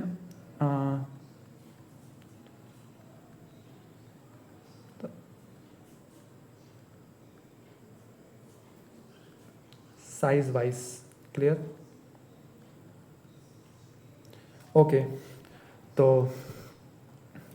रट्टा मार लेना, अगर स्टोन 5 मिलीमीटर से कम किया तो वो खुद ब खुद पास हो जाते हैं। आपने ऑब्जर्वेशन करनी है, जिसमें आपने IV फ्लूइड देने हैं, एनाल्जेसिक्स देने हैं, टैमसालोसिन देनी है, ऑब्जर्वेशन। लेकिन अगर स्टोन 5 से लेकर 10 मिलीमीटर का है तो वो भी खुद ब खुद पास वगैरह कर जाते हैं। अब यहाँ से इंपॉर्टेंट है, जो मुझे यहाँ मसला लग रहा था, जिसको मैंने चेक किया है, अगर स्टोन 10 से लेकर 20 मिलीमीटर का है तो first choice is extra corporeal shock wave lithotripsy, clear. और अगर स्टोन 20 मिलीमीटर से ज़्यादा का या 2 सेंटीमीटर से ज़्यादा का है तो आंसर इस PCNL। और अगर बहुत बड़ा स्टोन है, स्टैगहोर्न कैलकुलाई है, तो फिर क्या करोगे आप, परक्यूटेनियस नेफ्रोस्टमी वगैरह करोगे हाइड्रोनेफ्रोसिस के लिए, या फिर आप क्या करोगे, ओपन प्रोसीजर वगैरह करोगे, क्लियर। तो दोबारा बता दो, अगर 5 से कम है तो कंजर्वेटिव, 5 से लेकर 10 है तो आप क्या दोगे, मेडिकल एक्सपल्शन थेरेपी, 10 से लेकर 20 है तो extra corporeal shock wave lithotripsy, 20 से ज़्यादा का है तो PCNL, क्लियर, ठीक हो गया।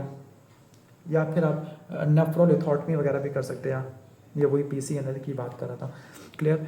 Patient with the derange RFTs है, history of upper respiratory track infection, this is very important. अगर ये अपर रिस्पिरेटरी ट्रैक इन हिस्ट्री दिनों में है, मतलब कुछ दिनों के बाद किडनी का मसला हो गया, तो आंसर इज IgA नेफ्रोपैथी। अगर ये हिस्ट्री वीक्स में होती, मतलब अगर 2 से लेकर 4 दिन की हिस्ट्री हो तो IgA नेफ्रोपैथी, और अगर 2 से लेकर 4 हफ्तों की हो तो answer is the post streptococcal glomerulonephritis, दोनों ही नेफ्राइटिक सिंड्रोम है। ड्रग जिसकी रीनल एलिमिनेशन ज़्यादा होती है आफ्टर एल्कलाइनाइजेशन, रट्टा मार लेना कि अगर आप यूरिन की एल्कलाइनाइजेशन करोगे तो वीक एसिड रिलीज हो जाते हैं, एलिमिनेट होते हैं। मतलब अगर आपने वीक एसिड को एलिमिनेट करना है तो यूरिन की एल्कलाइनाइजेशन करो, और अगर वीक बेसिस को रिमूव करना है तो यूरिन की एसिडिफिकेशन करो, क्लियर। अब एग्जाम के अंदर कोई ना कोई ड्रग दे देगा, फॉर एग्जांपल अगर वीक एसिड की टॉक्सिसिटी हो गई है, उसमें फिनोबार्बिटल, मीथोट्रेक्सेट, एस्पिरिन आती है, तो इसके लिए सोडा बाइकार्बोनेट दोगे। और अगर वीक बेसिस है जिसमें TCA, एम्फीटामिन आती है, तो आप अमोनियम क्लोराइड दोगे, जो यूरिन को एसिडिफाई कर देगा। नेक्स्ट इज एक पेशेंट है जिसका 2 सेंटीमीटर नीमोथोरैक्स है, शॉर्टनेस ऑफ ब्रेथ है, तो आपने नीडल डीकम्प्रेशन करनी है, थोरैकोसेंटेसिस करनी है, सेकेंड इंटरकोस्टल स्पेस में in the mid clavicular line, clear, decompression करनी है। Patient with inflammation in the clone, अब क्लोन के अंदर इन्फ्लेमेशन है, ओके, तो ये अल्सरेटिव कोलाइटिस। अब अल्सरेटिव कोलाइटिस का ये MCQ पॉइंट आपने रट्टा मारना है कि ulcerative colitis always involve rectum, हमेशा रेक्टम को इन्वॉल्व करता है, बल्कि स्टार्ट ही रेक्टम से होता है, रेक्टम से ऊपर की तरफ भाग जाता है, क्लियर, ठीक हो गया। और रट्टा मार लेना, अल्सरेटिव कोलाइटिस में कॉन्टीन्यूस लीजन होती है, हमेशा रेक्टम को इन्वॉल्व करेगा, लेकिन इन्फ्लेमेशन सिर्फ म्यूकोजा या सब म्यूकोजा की होती है। फराइबल म्यूकोजा होता है, सूडोपोलिप्स बन जाते हैं, लेड पाइप अपेयरेंस होती है, लेड पाइप रिजिडिटी तो पार्किंसन में थी, क्रिप्ट एब्सेस और अल्सर देखने को मिलते हैं। और पेशेंट में कौन सी एंटीबॉडी होती है, PN का होती है, क्लियर, ठीक हो गया। जबकि क्रॉन्स के अंदर अस्का एंटीबॉडी होती है।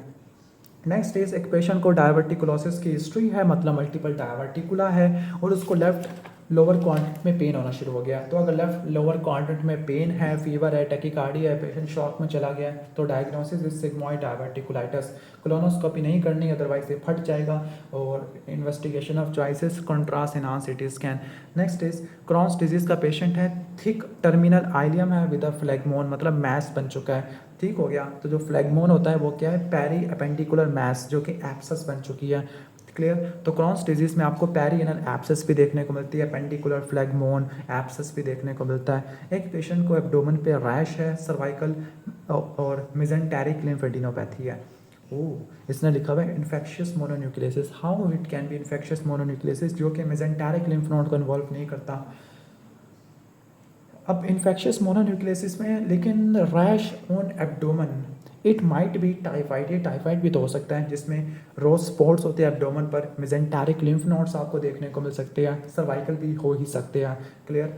अब जो इन्फेक्शियस मोनोन्यूक्लियोसिस है उसमें टिपिकल हिस्ट्री फ्रेंजाइटिस की होगी, एंटीबायोटिक इंड्यूस रैश देखने को मिलेगा, और आपको क्या देखने को मिलेगा, आपको मोनोस्पोर्टेस, एटिपिकल लिम्फोसाइट्स देखने को मिलेगा, किसिंग डिजीज होती है। Treatment of flare of eczema, देखो किसी भी डिजीज़ का अगर फ्लेयर है, कोई आउटोम्यून डिजीज़ का फ्लेयर है, तो हमेशा आपने स्टीरॉइड्स देने हैं। जैसे अगर कोई माइस्थीनिया ग्रेविस है, उसका फ्लेयर है तो स्टीरॉइड्स दो, MS का फ्लेयर है तो स्टीरॉइड्स दो, अल्सरेटिव कोलाइटिस है तो स्टीरॉइड्स दो, और चूंकि स्किन है तो टॉपिकल स्टीरॉइड दो। एक पेशेंट को हार्ट फेलियर है, बेजल क्रैप्स है। अब बेजल क्रैप्स हार्ट फेलियर में तो ये पल्मोनरी एडिमा होता है। पल्मोनरी एडिमा के लिए जो ड्रग ऑफ चॉइस होती है वो होती है फ्यूरासिमाइड होती है, लेकिन इसने थायजाइड लिखा हुआ है, बेस्ट आंसर इज फ्यूरासिमाइड। रट्टा मार लो, अगर सेरिब्रल एडिमा है तो आंसर इज मैनिटोल, अगर पल्मोनरी एडिमा है, क्लियर, तो रट्टा मार लो, फ्यूरासिमाइड आपने रट्टा मार लेनी है। और अगर असाइटीज़ है तो spironolactones, clear. Site of action of potassium sparing diuretics, तो ये मैंने खुद बता दिया, स्पाइरिनोलैक्टोन्स होती है पोटेशियम स्पेरिंग डायूरेटिक्स। एल्डोस्टेरोन के रिसेप्टर को ब्लॉक करती है, और एल्डोस्टेरोन कहाँ जाके काम करता है, late distal convoluted tubule and cortical collecting tubule पर। इसके बाद है compartment with highest proportion of total body water. तो टोटल बॉडी वाटर 60% होता है, जिसको हम 40 और 20 में डिवाइड करते हैं, 40 इंट्रा सेलुलर, 20 एक्स्ट्रा सेलुलर।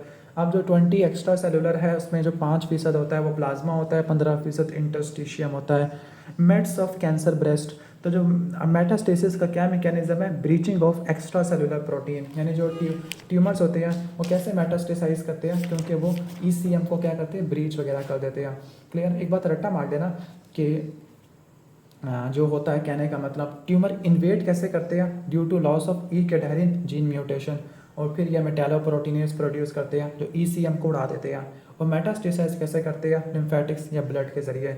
एक बात रट्टा मार लेना कि जो बोन्स के पास ट्यूमर जाते हैं वो 3 कैटेगरी के होते हैं, ऑस्टियोब्लास्टिक, ऑस्टियोलिटिक और mixed.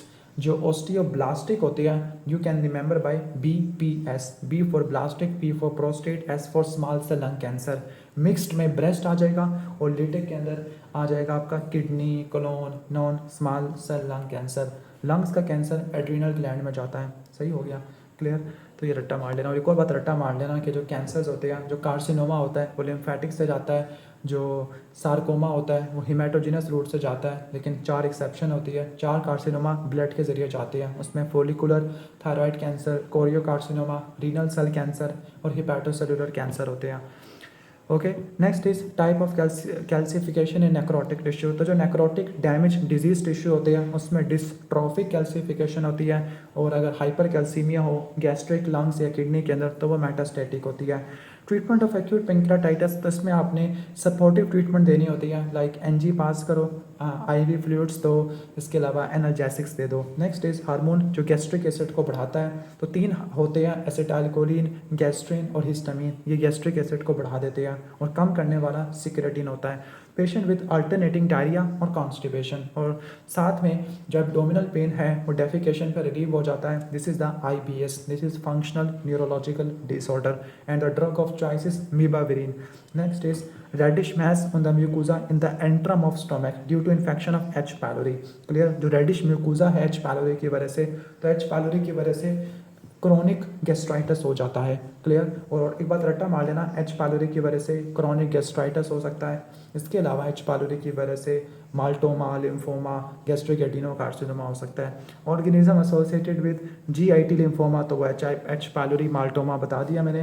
Treatment of bleeding gastric ulcer with a low H B low है, गैस्ट्रिक अल्सर ब्लीड कर रहा है। क्लियर। इसने लिखा हुआ सर्जरी ही ब्लीड, गैस्ट्रिक अल्सर अगर ब्लीड कर रहा है तो सर्जरी करते हैं, परफोरेट हो जाए तब सर्जरी करते हैं। ब्लीडिंग वाले में तो आपने क्या देना है, पेशेंट को पीपीआई की इन्फ्यूजन चलानी है, प्रोटॉन पंप इनिबिटर की। क्लियर। ऑक्ट्रियोटाइड भी दे सकते होते हैं, और साथ में आप एंडोस्कोपी से आप क्या एंडोस्कोपी से आप अगर कुछ मैनेजमेंट देना हो तो शायद एंडोस्कोपी को कह रहा हूँ। इसके बाद इसोफेगस में दो तरह के कैंसर होते हैं। लोअर 1/3 ऑफ इसोफेगस में एडिनोकार्सिनोमा होता है विच इज ड्यू टू गर्ड और बैरेट इसोफेगस, जबकि मिडल 1/3 में स्क्वेमस सेल कैंसर होता है which is due to achalasia cardia. Clear. Next is patient अपनी फीलिंग डॉक्टर से जोड़ ले तो उसको ट्रांसफेरेंस कहते हैं, और डॉक्टर अपनी फीलिंग पेशेंट से जोड़ ले तो उसको काउंटर ट्रांसफेरेंस कहते हैं। तो पेशेंट से डॉक्टर की तरफ ट्रांसफेरेंस और डॉक्टर का पेशेंट की तरफ counter transference. Next is society learned, क्या लिखा हुआ है, हेल्पलेसनेस टुवर्ड्स टेररिज्म, ये क्या लिखा हुआ है, society learn helplessness towards terrorism. अच्छा, टेररिज्म दहशतगर्दी की तरफ उन्होंने सीख लिया कि हम हेल्पलेस है, मतलब उन्होंने हार मान लिया है, मतलब उनका कोई फ़र्क नहीं पड़ता कि टेररिस्ट से हम मर रहे हैं या हेल्पलेसनेस, मतलब हम हमारी मदद करने वाला कोई नहीं है। तो ये सोसाइटी अपैथी लिखा हुआ है, मैं इसको और क्या एक्सप्लेन करूँ, अपैथी का मतलब है इनको कोई फ़र्क नहीं पड़ता। क्लियर। अगर पी वैल्यू 0.05 से कम है, इसका मतलब है this is statistically significant. Okay, clear. But hypothesis is true. Oh, ये इंपॉर्टेंट है। क्लियर। ये इंपॉर्टेंट है कि आपने मतलब पी वैल्यू 0.05 से कम है लेकिन null hypothesis is true, this is alpha 1 error. Okay, this is very important MCQ कि आपने नल हाइपोथेसिस को क्या कर दिया, रिजेक्ट कर दिया है। क्लियर। ठीक हो गया, नल हाइपोथेसिस को रिजेक्ट कर दिया है, अल्टरनेट हाइपोथेसिस को मान लिया है। तो आपने कौन सा एरर कमिट किया है, आपने अल्फा 1 एरर को कमिट किया है। अब दिस इज़ वेरी फजूल एमसीक्यू। क्लियर। तो बस इतना बता दूं कि जो अल्फ़ा 1 एरर को कैसे पहचाना और अल्फ़ा 2 को कैसे पहचाना है। जो अल्फ़ा 2 तो होता ही नहीं है। अल्फ़ा टाइप 1 को अल्फ़ा बोलते हैं और टाइप 2 को बीटा एरर कहते हैं। अगर आपने नल हाइपोथेसिस को रिजेक्ट कर दिया है, नल हाइपोथेसिस को रिजेक्ट करने का मतलब ये है कि आपने अल्टरनेट हाइपोथेसिस को सही माना है। मतलब आप कहते हो कि एसोसिएशन एग्जिस्ट करती है, लेकिन असल में एसोसिएशन एग्जिस्ट नहीं करती थी। क्लियर। मतलब नल हाइपोथेसिस ठीक था लेकिन आपने उसको रिजेक्ट कर दिया, this is the alpha 1 error. और अगर नल हाइपोथेसिस को रिजेक्ट करना चाहिए था क्योंकि नल हाइपोथेसिस साबित नहीं हो रहा था लेकिन आपने रिजेक्ट नहीं किया। क्लियर। और आपने नल हाइपोथेसिस को ट्रू कर लिया तो इसका मतलब है ये बीटा एरर है। Clear. Female have haemophilia due to loss of gene on unaffected X chromosome. इसका क्या मतलब है, नॉर्मली फीमेल्स हीमोफीलिया से बच जाती है, कैरियर बन जाती है क्योंकि हीमोफीलिया एक्सीडेंट रिसेसिव होता है। लेकिन अगर गलती से उन्होंने नॉर्मल वाला एक्स क्रोमोसोम इनएक्टिवेट कर दिया, क्योंकि फीमेल्स के पास 2 एक्स क्रोमोसोम होते हैं ना, एक को वो इनएक्टिवेट कर देती है by DNA methylation, this is called lyonization. तो गलती से अगर उन्होंने नॉर्मल वाले को कर दिया तो कैरियर कैच खत्म हो गया, वो डिजीज़ बन जाएगी। फीमेल जिसको शॉर्ट स्ट्रेचर है, वाइटली स्पेस निप्पल है, प्राइमरी एमेनोरिया, वेब्ड नेक, क्लियर, स्ट्रीक ओवरीज, तो ये टर्नर सिंड्रोम में देखने को मिलती है। F45X0 है। Chances of having down syndrome if mother is a carrier of 1421। Okay, मतलब है ट्रांसलोकेशन है, रट्टा मार लो।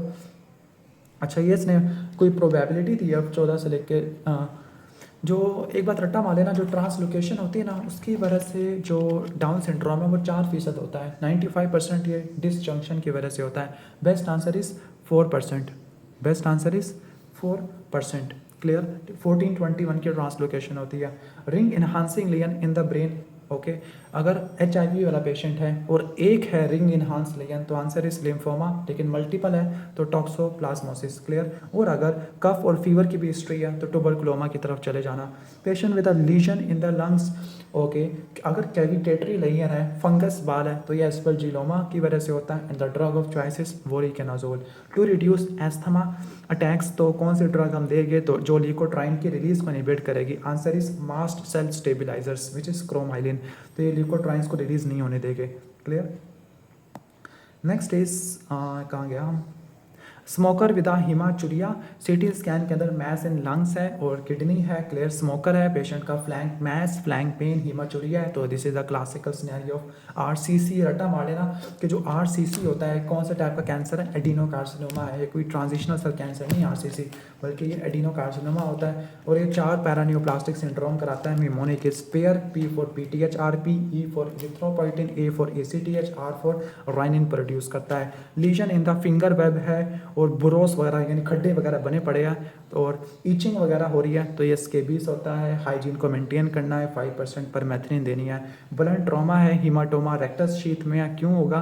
क्योंकि जो रेक्टस शीथ हीमाटोमा में इंफीरियर एपिगेस्ट्रिक वेसल्स होती हैं, वो इंफीरियर एपिगेस्ट्रिक आर्टरी या वेन ये डैमेज हो सकती है, क्लियर। तो रट्टा मारना एपिगेस्ट्रिक आर्टरी 3 होती है, सुपीरियर एपिगेस्ट्रिक आर्टरी जो कि ब्रांच होती है इंटरनल थोरैसिक आर्टरी की, इंफीरियर एपिगेस्ट्रिक आर्टरी जो कि एक्सटर्नल लिरिक आर्टरी से आती है, और सुपरफिशियल एपिगेस्ट्रिक आर्टरी जो कि आई थिंक फेमरल आर्टरी से आती है, क्लियर। इसके बाद है कि schedule for hepatitis B vaccination. तो hepatitis B vaccination to newborn, अगर कहने का मतलब है कि अगर कोई जो मदर को अगर हेपेटाइटिस बी था तो बच्चे में हेपेटाइटिस बी वैक्सीन और इम्यूनोग्लोबुलिन्स दोनों देनी है पोस्ट एक्सपोजर प्रोफाइलैक्सिस के लिए, क्लियर। अदरवाइज हैप बी वैक्सीनेशन कब होती है? बर्थ के टाइम पे होती है, क्लियर। इसके अलावा 0-1-6 month. Next is patient with hepatitis B vaccine completed, लेकिन अभी तक उसकी कोई सरफेस एंटीबॉडी नहीं है, तो नेक्स्ट प्लान किया है आपने बूस्टर डोज देनी है। Why booster dose is given? Because ये जो वैक्सीनेशन होती है ना, इसमें प्रोटीन कंपोनेंट नहीं है, इनकी मेमोरी इतनी अच्छी नहीं होती, डेट इज़ वाई आपको बूस्टर डोज ज़रूर देनी है। पेशेंट विथ एंजाइना है, ट्रीटमेंट फॉर पेन। तो एंजाइना में एसिटाइल सैलिसिलिक एसिड, एस्पिरिन कहाँ से पेन के लिए आ गई? नाइट्रेट्स होती है जो मेन इस्तेमाल होती है, लेकिन आईवी नाइट्रेट्स तो दे ही नहीं सकते, सब लिंगुअल नाइट्रोग्लिसरीन होती है। इसके अलावा कैल्शियम चैनल ब्लॉकर और बीटा ब्लॉकर। लेकिन एस्पिरिन का पेन में क्या रोल है? I don't think so. Drugs required acetylation, तो रट्टा मारना 4 ड्रग्स होती है जिनकी एसिटाइलेशन होती है, सल्फोनामाइड, हाइड्रोलजीन, आइसोनियाजाइड और प्रोकेनामाइड। और अगर इनकी एसिटाइलेशन ना हो तो ये ड्रग इंड्यूस ल्यूपस करा सकती है, क्लियर। इंजेक्शन सिस्टोलिक मर्मर जो कि कैरोटिड में रेडिएट कर रहा है, तो ये एयोटिक स्टेनोसिस का मर्मर होता है और इसमें पल्सस पैरावस ई टार्डस देखने को मिलता है। मिड डायस्टोलिक मर्मर है और लाउड एस1 है, तो ये आपको देखने को मिलता है माइट्रल स्टेनोसिस में, और पेशेंट में एट्रियल फिब्रिलेशन भी हो जाती है। Patient of history of MI है, कुछ दिन बाद पता लगा कि उसका हाइपोटेंशन है, हाइपोटेंशन और 3 से लेकर 7 डेज में ऐसा होता है हाइपोटेंशन पैनसिस्टोलिक मर्मर। ये क्यों हुआ? क्योंकि पैपिलरी मसल रप्चर हो चुकी है, जिनकी वजह से माइट्रल रिगर्जिटेशन हो चुकी है। इसके बाद ये क्या लिखा हुआ है? QRF लिखा हुआ है। सो QRS प्रोड्यूस, तो जो QRS होता है वो वेंट्रिकुलर डीपोलराइजेशन को शो करता है। जो P वेव होती है वो एट्रियल डीपोलराइजेशन को शो करती है। PR interval AV nodal delay को शो करता है। QRS कॉम्प्लेक्स वेंट्रिकुलर डीपोलराइजेशन, और जो T वेव होती है वो वेंट्रिकुलर रीपोलराइजेशन को शो करती है। पेशेंट जिसके वीक बोन है, फ्रैक्चर है और M बैंड्स आ रहे हैं, दिस इज मल्टीपल माइलोमा, जिसमें क्रैब क्राइटेरिया फॉलो होता है। C for hypercalcaemia, R for renal failure, A for anaemia, B for bone pen. Dengue का सिनेरियो है, तो डेंगू में 2 टेस्ट कराते होते हैं, रट्टा मार लो। फर्स्ट वीक के अंदर NS1 एंटीजन और सेकंड वीक के अंदर आप करवाते होते हैं आप dengue serology IgM। Patient with ventricular fibrillation having previous history और ट्रांजिएंट इस्कीमिक अटैक, अब उसको स्ट्रोक वगैरह भी हो चुका, अब उसको स्ट्रोक हो चुका है, क्लियर, ठीक हो गया। मतलब वेंट्रिकुलर फिब्रिलेशन और एट्रियल फिब्रिलेशन की वजह से क्लॉट्स बनेंगे, क्लॉट्स बनने की वजह से स्ट्रोक हो जाएगा, तो इसकी मैनेजमेंट क्या आपने क्या देनी है? वारफरीन देनी होती है, क्लियर। वैसे रट्टा मार लो कि जो अगर वैल्वुलर एट्रियल फिब्रिलेशन है तो वारफरीन, और अगर नॉन वैल्वुलर है तो आप वो दे सकते हो like rivaroxaban, apixaban. Drug against ADP receptor antagonist, तो वो क्लोपिडोग्रल, प्रेसाग्रल, टिकाग्रल, ये सारी ड्रग्स होती है, ADP रिसेप्टर को ब्लॉक करती है। रट्टा मारना कि जो ADP होता है ये क्या करवाता है? ये प्लेटलेट की एग्रीगेशन करवाता होता है। तो जो ADP रिसेप्टर एंटागोनिस्ट है उसमें प्रेसाग्रल और टिकाग्रल होती है। जो ADP होता है वो GP2B3A की एक्सप्रेशन करवाता है, जब ये नहीं करवा पाएगा तो प्लेटलेट की एग्रीगेशन नहीं हो पाएगी, clear. Component for attachment of platelet on the endothelium, तो प्लेटलेट कैसे एंडोथेलियम पे चिपकेंगे? वाया ई सिलेक्टिन। तो सिलेक्टिन 3 होते हैं, ई सिलेक्टिन, पी सिलेक्टिन और एल सिलेक्टिन। एल सिलेक्टिन तो WBCs के लिए होते हैं। CKD का सिनेरियो है और PTH का लेवल ज़्यादा है CKD में, विटामिन डी की डेफिशिएंसी होती है, कैल्शियम कम होता है, फॉस्फेट बढ़ता है, सेकेंडरी हाइपर पैराथायरॉयडिज्म देखने को मिलता है। Lab values of renal azotaemia यानी इंट्रा रीनल एजोटीमिया कैसे पता लगेगा? Blood urea nitrogen over creatinine ratio देखनी है, अगर वो 20 से कम है तो एक्यूट ट्यूबुलर नेक्रोसिस जो कि स्कीमिक हो सकता है या ड्रग इंड्यूस हो सकता है, जिसमें अमाइनोग्लाइकोसाइड विरटा मार्लिनिया, अमाइनोग्लाइकोसाइड, लेड, सिस्प्लाटिन वगैरह। नेक्स्ट इज पेटिकिय है, ब्लीडिंग है और फीमेल है और प्लेटलेट्स कम हो चुकी हैं, क्वांटिटेटिव प्लेटलेट डिसऑर्डर है विच इज़ ITP, HP बहुत ज़्यादा है और इथ्रोपोइटिन कम है, that means this is primary polycythaemia rubra vera. तो इसके लिए drug of choice is hydroxyurea और वेनिसेक्शन भी करवाते हैं।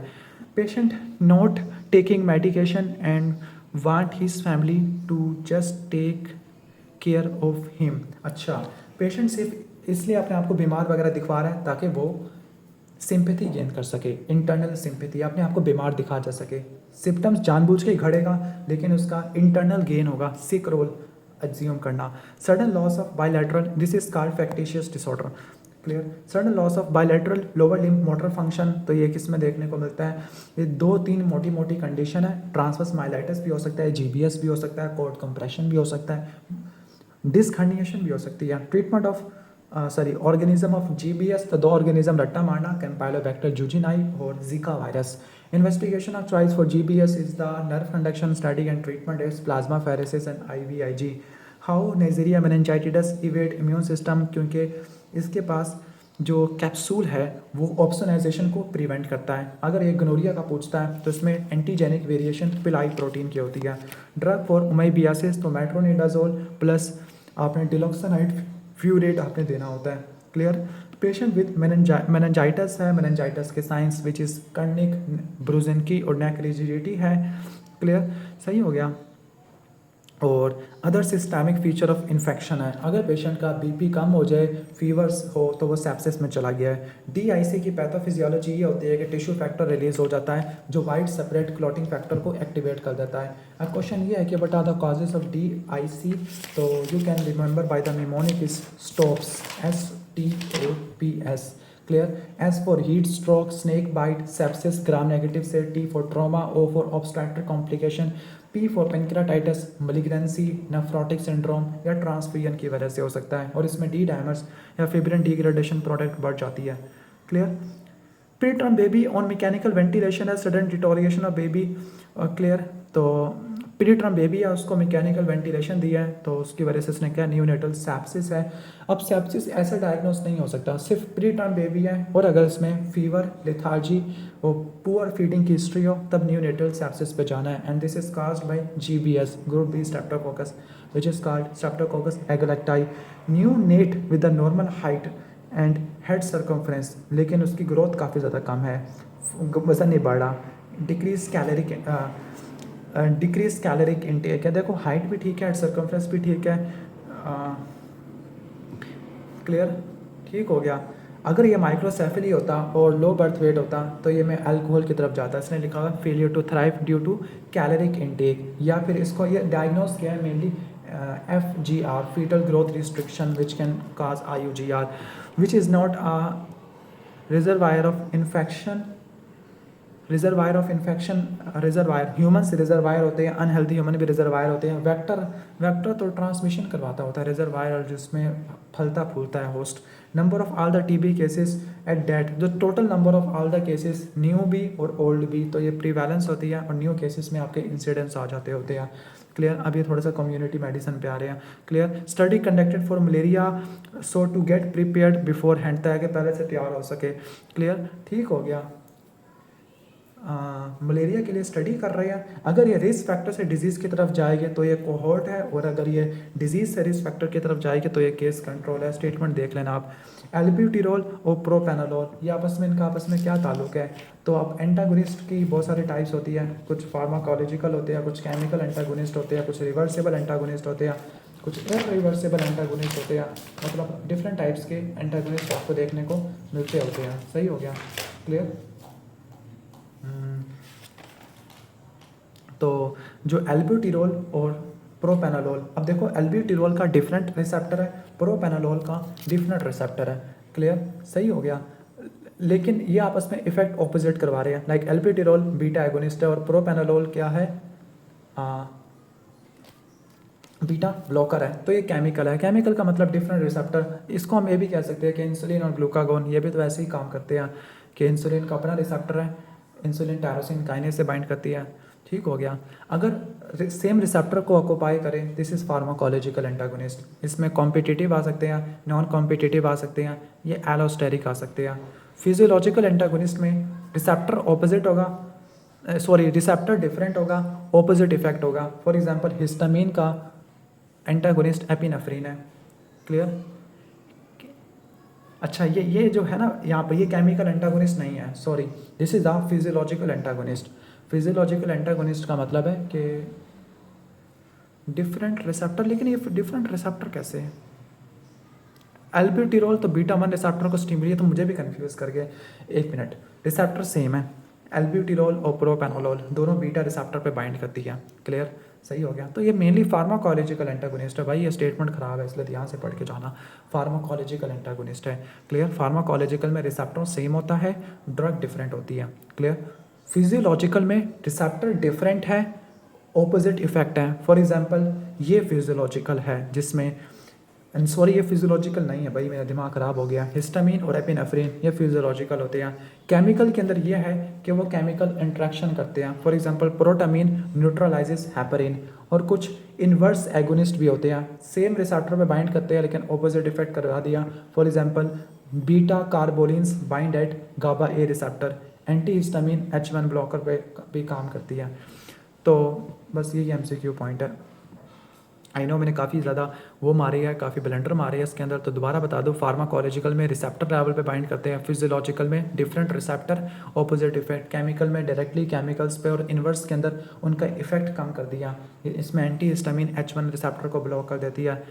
Okay, drug to increase vasoconstriction but does not cause tachycardia, बल्कि रिफ्लेक्स ब्रेडीकार्डिया करवा देती है, विच इज़ फिनाइलिफ्रीन। तो सारी जो अल्फा 1 एगोनिस्ट होती है वो वेजोकंस्ट्रक्शन तो करवाएगी लेकिन रिफ्लेक्स ब्रेडीकार्डिया करवा देगी। पेशेंट ऑफ हेपेटाइटिस सी है good HPV vaccination and develop fulminant liver failure. Clear. What is the mechanism of this, what the hell is this? अच्छा, हेपेटाइटिस ए का कोई इन्फेक्शन वगैरह हो गया तो कह रहे हैं कि जिस पर डिपेंड करेगा, तो ये मोड ऑफ ट्रांसमिशन, जो इन्फेक्शंस होते हैं वो जो कॉजेटिव एजेंट पर, मोड ऑफ ट्रांसमिशन पर डिपेंड करती है। स्टेटमेंट अधूरी है। Worst headache of my life, this is typical thunder clap headache, तो ये सब रेक्नाइट हैमरेज में देखने को मिलता है। जेंथोक्रोमिया होता है। ओल्ड पेशेंट सीढ़ियों से गिर गया। क्लियर। कॉन्ट्रियन है हेड पर, कन्फ्यूजन है, मेमोरी लॉस है। तो ओल्ड पेशेंट में चूँकि इनकी ब्रेन की एट्रोफी होती है तो उसमें सब ड्यूरल हीमाटोमा होता है, आहिस्ता आहिस्ता जाके प्रेजेंट करता है। Patient forget about car keys, recent event भूल जाता है। शॉर्ट टर्म मेमोरी लॉस तो ये अल्जाइमर में देखने को मिलता होता है। एपिसोडिक मेमोरी लॉस आपको देखने, this is the episodic memory loss. ठीक हो गया। क्लियर। लेकिन उसको चाइल्डहुड इवेंट्स अच्छे से आते हैं। क्लियर। तो ये डायग्नोसिस अल्जाइमर, और ये मेमोरी कौन सी है? एपिसोडिक मेमोरी है। अब मेमोरी के भी टाइप्स वगैरह आपको आनी चाहिए कि मेमोरी की टाइप्स कौन कौन सी होती है। एक सेंसरी मेमोरी होती है जो कि बहुत शॉर्ट होती है, फॉर एग्जांपल कुछ सुना, ठीक है। एक शॉर्ट टर्म मेमोरी होती है जो कुछ मिनट्स तक काम करती है। वर्किंग मेमोरी जब आप काम कर रहे हो, कुछ लॉन्ग टर्म मेमोरी होती है। इसके अलावा जो मेमोरी होती है एक on the basis of content, for example एक एक्सप्लिसिट मेमोरी है जो कि कॉन्शियसली रिकॉल करते हैं। फॉर एग्जांपल अगर इवेंट्स को याद करना, इवेंट्स को याद रखना कि जैसे कल क्या हुआ था तो कल के बारे में बताना, तो ये एपिसोडिक मेमोरी है। और फिर ये बताना कि कल कितनी गाड़ियाँ थी, कल कितने बंदे थे, दिस इज सिमेंटिक मेमोरी। तो सिमेंटिक में आप फैक्ट्स बताते हैं, एपिसोडिक में आप इवेंट्स या एक्सपीरियंस वगैरह बताते हैं। फिर एक प्रोसीजरल मेमोरी होती है जिसमें मोटर स्किल्स वगैरह होती है। रट्टा मारना, hippocampus area is most important area जो डिक्लेरेटिव या एक्सप्लिसिट मेमोरी बनाता है, लेकिन इमोशनल मेमोरी के लिए ए मैकडेला आता है। प्रोसीजरल मेमोरी के लिए सेरिबेलम और बेसल गैंग्लिया आता है, और वर्किंग मेमोरी के लिए प्रीफ्रंटल कॉर्टेक्स है। दोबारा बता दूं, जो एक्सप्लिसिट मेमोरी है जिसमें एपिसोडिक मेमोरी और सिमेंटिक मेमोरी है, उसके लिए हिप्पोकैम्पस है। इमोशनल मेमोरी के लिए ए मैकडेला आ जाएगा। क्लियर। इसके बाद सेरिबेलम और बेसल गैंग्लिया प्रोसीजरल मेमोरी के लिए, और आपका वर्किंग मेमोरी के लिए हिप्पोकैम्पस। क्लियर, सही हो गया। और अगर पेशेंट को एंटीरोग्रेड एमनीजिया है तो हिप्पोकैम्पस डैमेज है, रेट्रोग्रेड है तो dorsomedial nucleus of thalamus. Next is ये क्या लिखा हुआ है,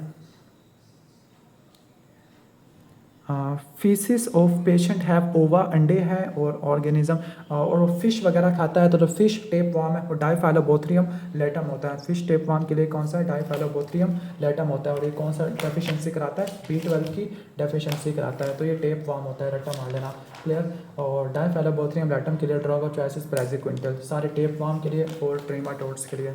next is women with vaginal bleeding है, बायोप्सी पे fleshy mass with spindle cells मिल रहे हैं, तो ये best answer is rhabdomyosarcoma, clear, जिसमें स्पिंडल सेल्स देखने को मिलते हैं, clear. Patient not responding to the pin prick hot और कोल्ड टेम्परेचर, इसका मतलब है कि पेन और टेम्परेचर चली गई है तो spinothalamic track, lateral spinothalamic track होता है, क्लियर, जो उसको कैरी करता होता है। सही हो गया। नेक्स्ट इज जो एंटीरियर स्पाइनोथैलेमिक ट्रैक है वो क्रूड टच प्रेशर वगैरह को कैरी करता है। Mechanism of action of penicillin, तो ये बीटा लैक्टम एंटीबायोटिक है, पेनिसिलिन बाइंडिंग प्रोटीन पे बाइंड करती है जो कि ट्रांसपेप्टिडेज होता है और ये क्रॉस लिंकिंग को इनहिबिट कर देती है। Patient is vancomycin resistant anterior cocci, नई ड्रग ली है और उसने बोन मैरो को सप्रेशन कर दिया है। तो एक बात रट्टा मार लेना कि जो VRE है वेनकोमाइसिन रेजिस्टेंट एंटीरियर कोकाई, इसके लिए ड्रग कौन सी यूज़ करते हैं? सबसे पहले रट्टा मार लेना, वेनकोमाइसिन रेजिस्टेंट एंटीरियर कोकाई के लिए हम यूज़ करते हैं, पहली बात है टीगासाइक्लिन, लेकिन वो बोन मैरो सप्रेशन नहीं करवाती। दूसरी हम यूज़ करते हैं लिंजोलिड, लेकिन वो बोन मैरो सप्रेशन करवाती है। पेरिफेरल न्यूरोपैथी भी कराती है, सेरोटोनिन सिंड्रोम भी करवाती होती है, क्लियर। और इसका मैकेनिज्म ऑफ एक्शन क्या है? ये इनिशिएशन कॉम्प्लेक्स को इनहिबिट कर देती है। Next is test for chest infection, तो चेस्ट इन्फेक्शन के लिए इनिशियली चेस्ट एक्सरे वगैरह करवाते होते हैं और कंफर्मेशन वगैरह के लिए आप स्पुटम कल्चर भी करा सकते हैं। Test for diagnosis of Wilson disease, तो आप क्या करवाओगे? यूरिनरी कॉपर लेवल्स, लेकिन best test is the liver biopsy. और विल्सन डिजीज को बोलते हैं हेपेटोलेंटिकुलर डीजनरेशन, ATP7G की म्यूटेशन होती है। टंग जिस साइड पर डेविएट करेगी उसी साइड की 12वीं नर्व उड़ गई है और ये उड़ती है मीडियल मेडुलरी सिंड्रोम में। एंड आर्टरी कौन से डैमेज होती है? Interior spinal artery. इप्सिलैटरल थर्नर पाल्सी और कॉन्ट्रालैटरल कॉर्टिकोस्पाइनल ट्रैक या मोटर पाल्सी, तो ये वेबर सिंड्रोम में होता है। मिड ब्रेन का स्ट्रोक है। जा की प्रोट्रियन कराने वाला लैटरल टेरागाइड, रट्टा मारना, लैटरल टेरागाइड जा को ओपन करता है, ओनली मसल जा को खोलता है, ओके। अब मीथोट्रेक्सेट का क्या साइड इफेक्ट है? अब कौन सी ड्रग इंटरस्टिशियल लंग फाइब्रोसिस कराती है? मीथोट्रेक्सेट, बिलियोमाइसिन, बुसल्फिन वगैरह, ये सारी ड्रग्स क्या करवाती है? कार्म्यूस्टिन, ये भी पल्मोनरी फाइब्रोसिस वगैरह कराती है। और मीथोट्रेक्सेट का मैकेनिज्म ऑफ एक्शन क्या है? ये डाईहाइड्रोफोलेट रिडक्टेस एंजाइम को क्या कर देती है? इनहिबिट कर देती है। सही हो गया, क्लियर। तो उम्मीद है कि समझ आ गया होगा। एमिड्रियोन भी यही काम करवाती है। Next is drug contraindicated in renal failure, तो रीनल फेलियर में रट्टा मारना, CAV, सिस्प्लाटिन, अमाइनोग्लाइकोसाइड, एम्फोटेरिसिन और वेनकोमाइसिन, ये नहीं देनी होती, क्लियर। बायलैटरल बाबिंस्की है, पॉजिटिव है, pain sensation from the lower limbs, clear. Pain sensation loss हो चुकी है, क्लियर। और बायलैटरल बाबिंस्की है तो ट्रांसवर्स माइलेटस, और इसमें एक्वापोरिन 2 रिसेप्टर के खिलाफ एंटीबॉडीज वगैरह बन जाती है।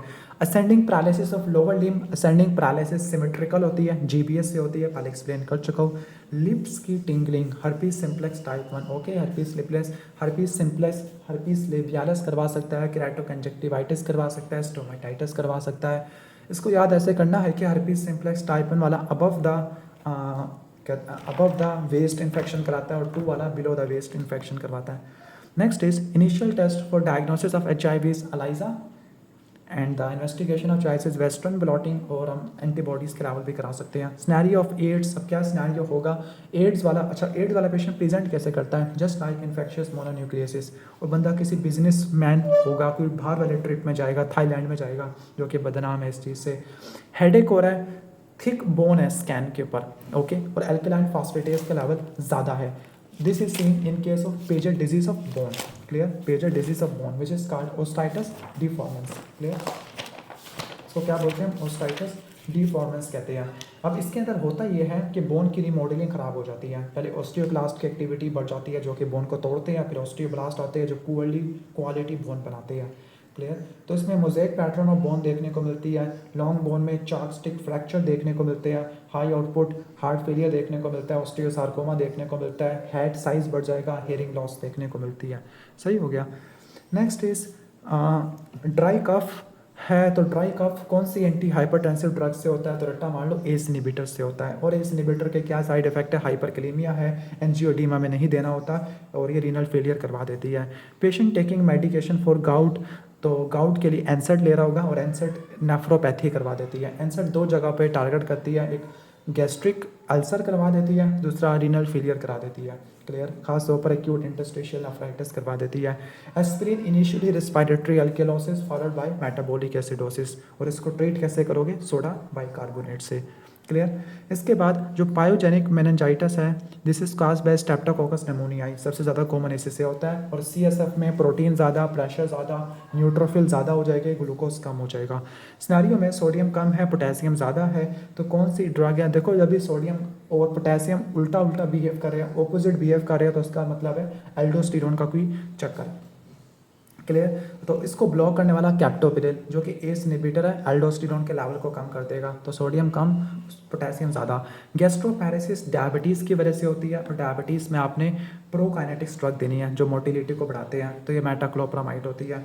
डाइपेप्टिडाइल पेप्टिडेज 4 इनहिबिटर, ये इंक्रीटियंस होते हैं, इसमें ग्लिप्टिन्स आ जाती है, सीटाग्लिप्टिन, सक्साग्लिप्टिन, लीनाग्लिप्टिन रीनल फेलियर में दे सकते हैं, और ये वेट न्यूट्रल होती है। This is very important. Clear? Patient with the spherocytes on the smear, तो वो हेरिडिटरी सफीरोसाइटोसिस है, स्पेक्ट्रिन एंड काइलिन की म्यूटेशन होती है, ऑटोसोमल डोमिनेंट होता है। ऑस्मोटिक फ्रेजिलिटी टेस्ट करवाते हैं, स्प्लीनेक्टमी करते हैं।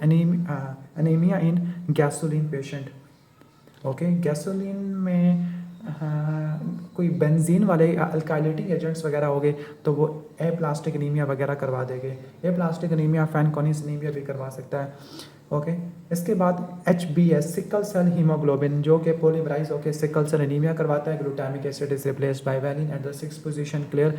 And drug used is hydroxyurea. Investigation of choice for iron deficiency anaemia, तो फेरोकाइनेटिक्स कराते हैं, लेकिन पेरिफेरल स्मेयर भी करा सकते हैं, जिसमें माइक्रोसाइटिक हाइपोक्रोमिक सेल्स मिलेंगे। फेरोकाइनेटिक्स में टोटल आयरन बाइंडिंग कैपेसिटी बढ़ जाएगी, जबकि सीरम आयरन, सीरम फेरेटिन और ट्रांसफेरेंस सैचुरेशन कम हो जाती है। Peripheral smear pic of microcytic hypochromic, तो ये सारा बता दिया। मेच्योर लिम्फोसाइट मिल रही है, बूढ़ा पेशेंट होगा, समझ सेल मिलेंगे। क्रॉनिक लिम्फोसिटिक ल्यूकेमिया फ्लूड्राबिन इस्तेमाल करते हैं, जबकि क्लैट्राबिन इस्तेमाल करते हैं हेरी सेल ल्यूकेमिया में। Insulin dependent glucose uptake GLUT4 की होती है, 3 टिश्यूज़ में, स्केलेटल, एडिपोस और कार्डिक मसल में होती है। Child with Mantoux test 14 millimetre का है। क्लियर? ठीक हो गया। 15 तक आपको वैसे चाहिए होता है। तो व्हाट टू डू नेक्स्ट? तो फिर भी आप टीबी को इन्वेस्टिगेट करोगे, आप चेस्ट एक्सरे करा लोगे कि ये देखने के लिए कि लेटेंट टीबी है या नहीं। DMD ड्यूशेन मस्कुलर डिस्ट्रॉफी वाला पेशेंट है, ये DMD ही है जो मैंने पढ़ा है, डिफ़िकल्टी टू एक्सपेक्टोरेट। अच्छा, ड्यूशेन मस्कुलर डिस्ट्रॉफी वाला पेशेंट है, उसमें रिस्पायरेटरी मसल वीक हो जाएगी, सिस्टिक फाइब्रोसिस में म्यूकस काफ़ी थिक हो जाता है, तो ओरल म्यूकोलिटिक्स दे देंगे, जिसमें N-एसिटाइलसिस्टीन आ जाता है। एस्थमेटिक पेशेंट है, नेबुलाइज कर रहे हैं साल्ब्यूटामोल से, IV कॉर्टिकोस्टेरॉइड से, लेकिन नहीं ठीक हो रहा, तो मैग्नीशियम सल्फेट ऐड करेंगे, which is the bronchodilator. Clear? Magnesium sulphate cerebral palsy में भी इस्तेमाल हो सकता है प्रिवेंट करने के लिए। सरफेस एंटीजन पॉजिटिव है, E एंटीजन पॉजिटिव है, एसिम्प्टोमेटिक है, पिगाइलेटेड इंटरफेरॉन गामा देंगे। अच्छा, पहले डायग्नोस क्या है? डायग्नोसिस द अगर ये E एंटीजन पॉजिटिव है, इसका मतलब एक्यूट इन्फेक्टिव कोई चीज़ चल रही है, हेपेटाइटिस बी की, तो पिगाइलेटेड इंटरफेरॉन एंटाकेविटिनोफोबिट देंगे हेप बी के लिए। Something about epitope of antigen, तो ये एंटीजन का वो वाला पार्ट जो एक्चुअली बाइंड करता है या प्रेजेंट करता है, तो ये एपिटोप कहलाता है। पेशेंट में एक्टिव हेप सी का इन्फेक्शन है, HCC नोड्यूल है, तो अब तब क्या करेंगे? तो अच्छा, हेपेटाइटिस सी का इन्फेक्शन और कैंसर भी हो चुका है, तो आपने हेप सी को ठीक करना है, क्योंकि हेप सी की वजह से कैंसर वगैरह हो सकता है। Group of people stratified into सब ग्रुप्स, टुकड़े बना दिए और हर टुकड़ों से सैंपल उठाया, तो ये स्ट्रेटिफाइड सैम्पलिंग होती है। चाइल्ड डिवाइडेड इन ग्रुप्स में डिवाइड करना, तो उसको स्ट्रेटा या लेयर्स वगैरह कहते हैं। सही हो गया। हाउ टू ड्रा और represent data to show reduce disease frequency graph. Frequency polygon होना चाहिए था, जिसके अंदर हम केसेस वगैरह टाइम फ्रेम के साथ देते होते हैं, वैसे लाइन डायग्राम भी यूज़ कर सकते हैं। मॉइस्ट हीट टेस्ट एफिकेसी, अभी बहुत फजूल MCQ आना शुरू हो गया। मॉइस्ट हीट ये क्या होती है? मॉइस्ट हीट से स्टरलाइजेशन करते हैं, स्टरलाइजेशन से स्पोर को किल करते हैं, स्पोर 2 ही बैक्टीरिया प्रोड्यूस करते हैं, कोलोस्ट्रेडियम और bacillus. Cells involve in TB, तो वह हेल्पर T सेल्स इन्वॉल्व होते हैं। Demyelination of sorry D myelin degranulation तो मास्ट सेल से होती है और mast cell stabiliser are cromolyn. Clear. Next is, अब मेरा थोड़ा सा दिमाग ख़राब हो गया है, ये क्या है, एप्सस। अच्छा इसक्यू रेक्टल फोसा, अच्छा एप्सस है इसक्यू रेक्टल फोसा से, वो अपोजिट साइड में जाएगी बिकॉज दोनों साइड के इसक्यू रेक्टल फोसा हॉर्सशू एरिया से कम्युनिकेट करते हैं। अगर एक साइड की एप्सस दूसरी साइड पे चले गई तो ये हॉर्सशू एप्सस होती है। इंजरी टू द L4, अब L4 इंजरी है तो ये अबव द, उससे ऊपर है S2 S3 S4 से, तो पेशेंट में क्या होगा, न्यूरोजेनिक या स्पास्टिक ब्लडर हो जाएगा। Clear. Artery involve in epistaxis, तो वो सफिनो पैलेटिन आर्टरी होती है जो कि यहाँ पे ऑप्शन में दिया नहीं है। सुपीरियर लेबियल आर्टरी कर लेते हैं। Mnemonic is legs labial artery, ethmoidal artery, greater palatine artery, sphenopalatine artery, 4 arteries होती है। Patient has increase episode of sleeping, अच्छा दिन में ख्वाब वगैरह देख रहे हैं तो एब्सेंस सीजर है। Drug of choice is ethosuximide which block T type voltage gated calcium channel. अब जिस बंदे ने लास्ट तक ये वीडियो देखी है वो नीचे कमेंट करे, वो नीचे कमेंट क्या करेगा, नीचे कमेंट करेगा जे कैट। जो नीचे जे कैट कमेंट करेगा उसका मतलब है उसने लास्ट तक वीडियो देखी है। And this person is my true supporter, not subscriber, true follower और ट्रू सपोर्टर।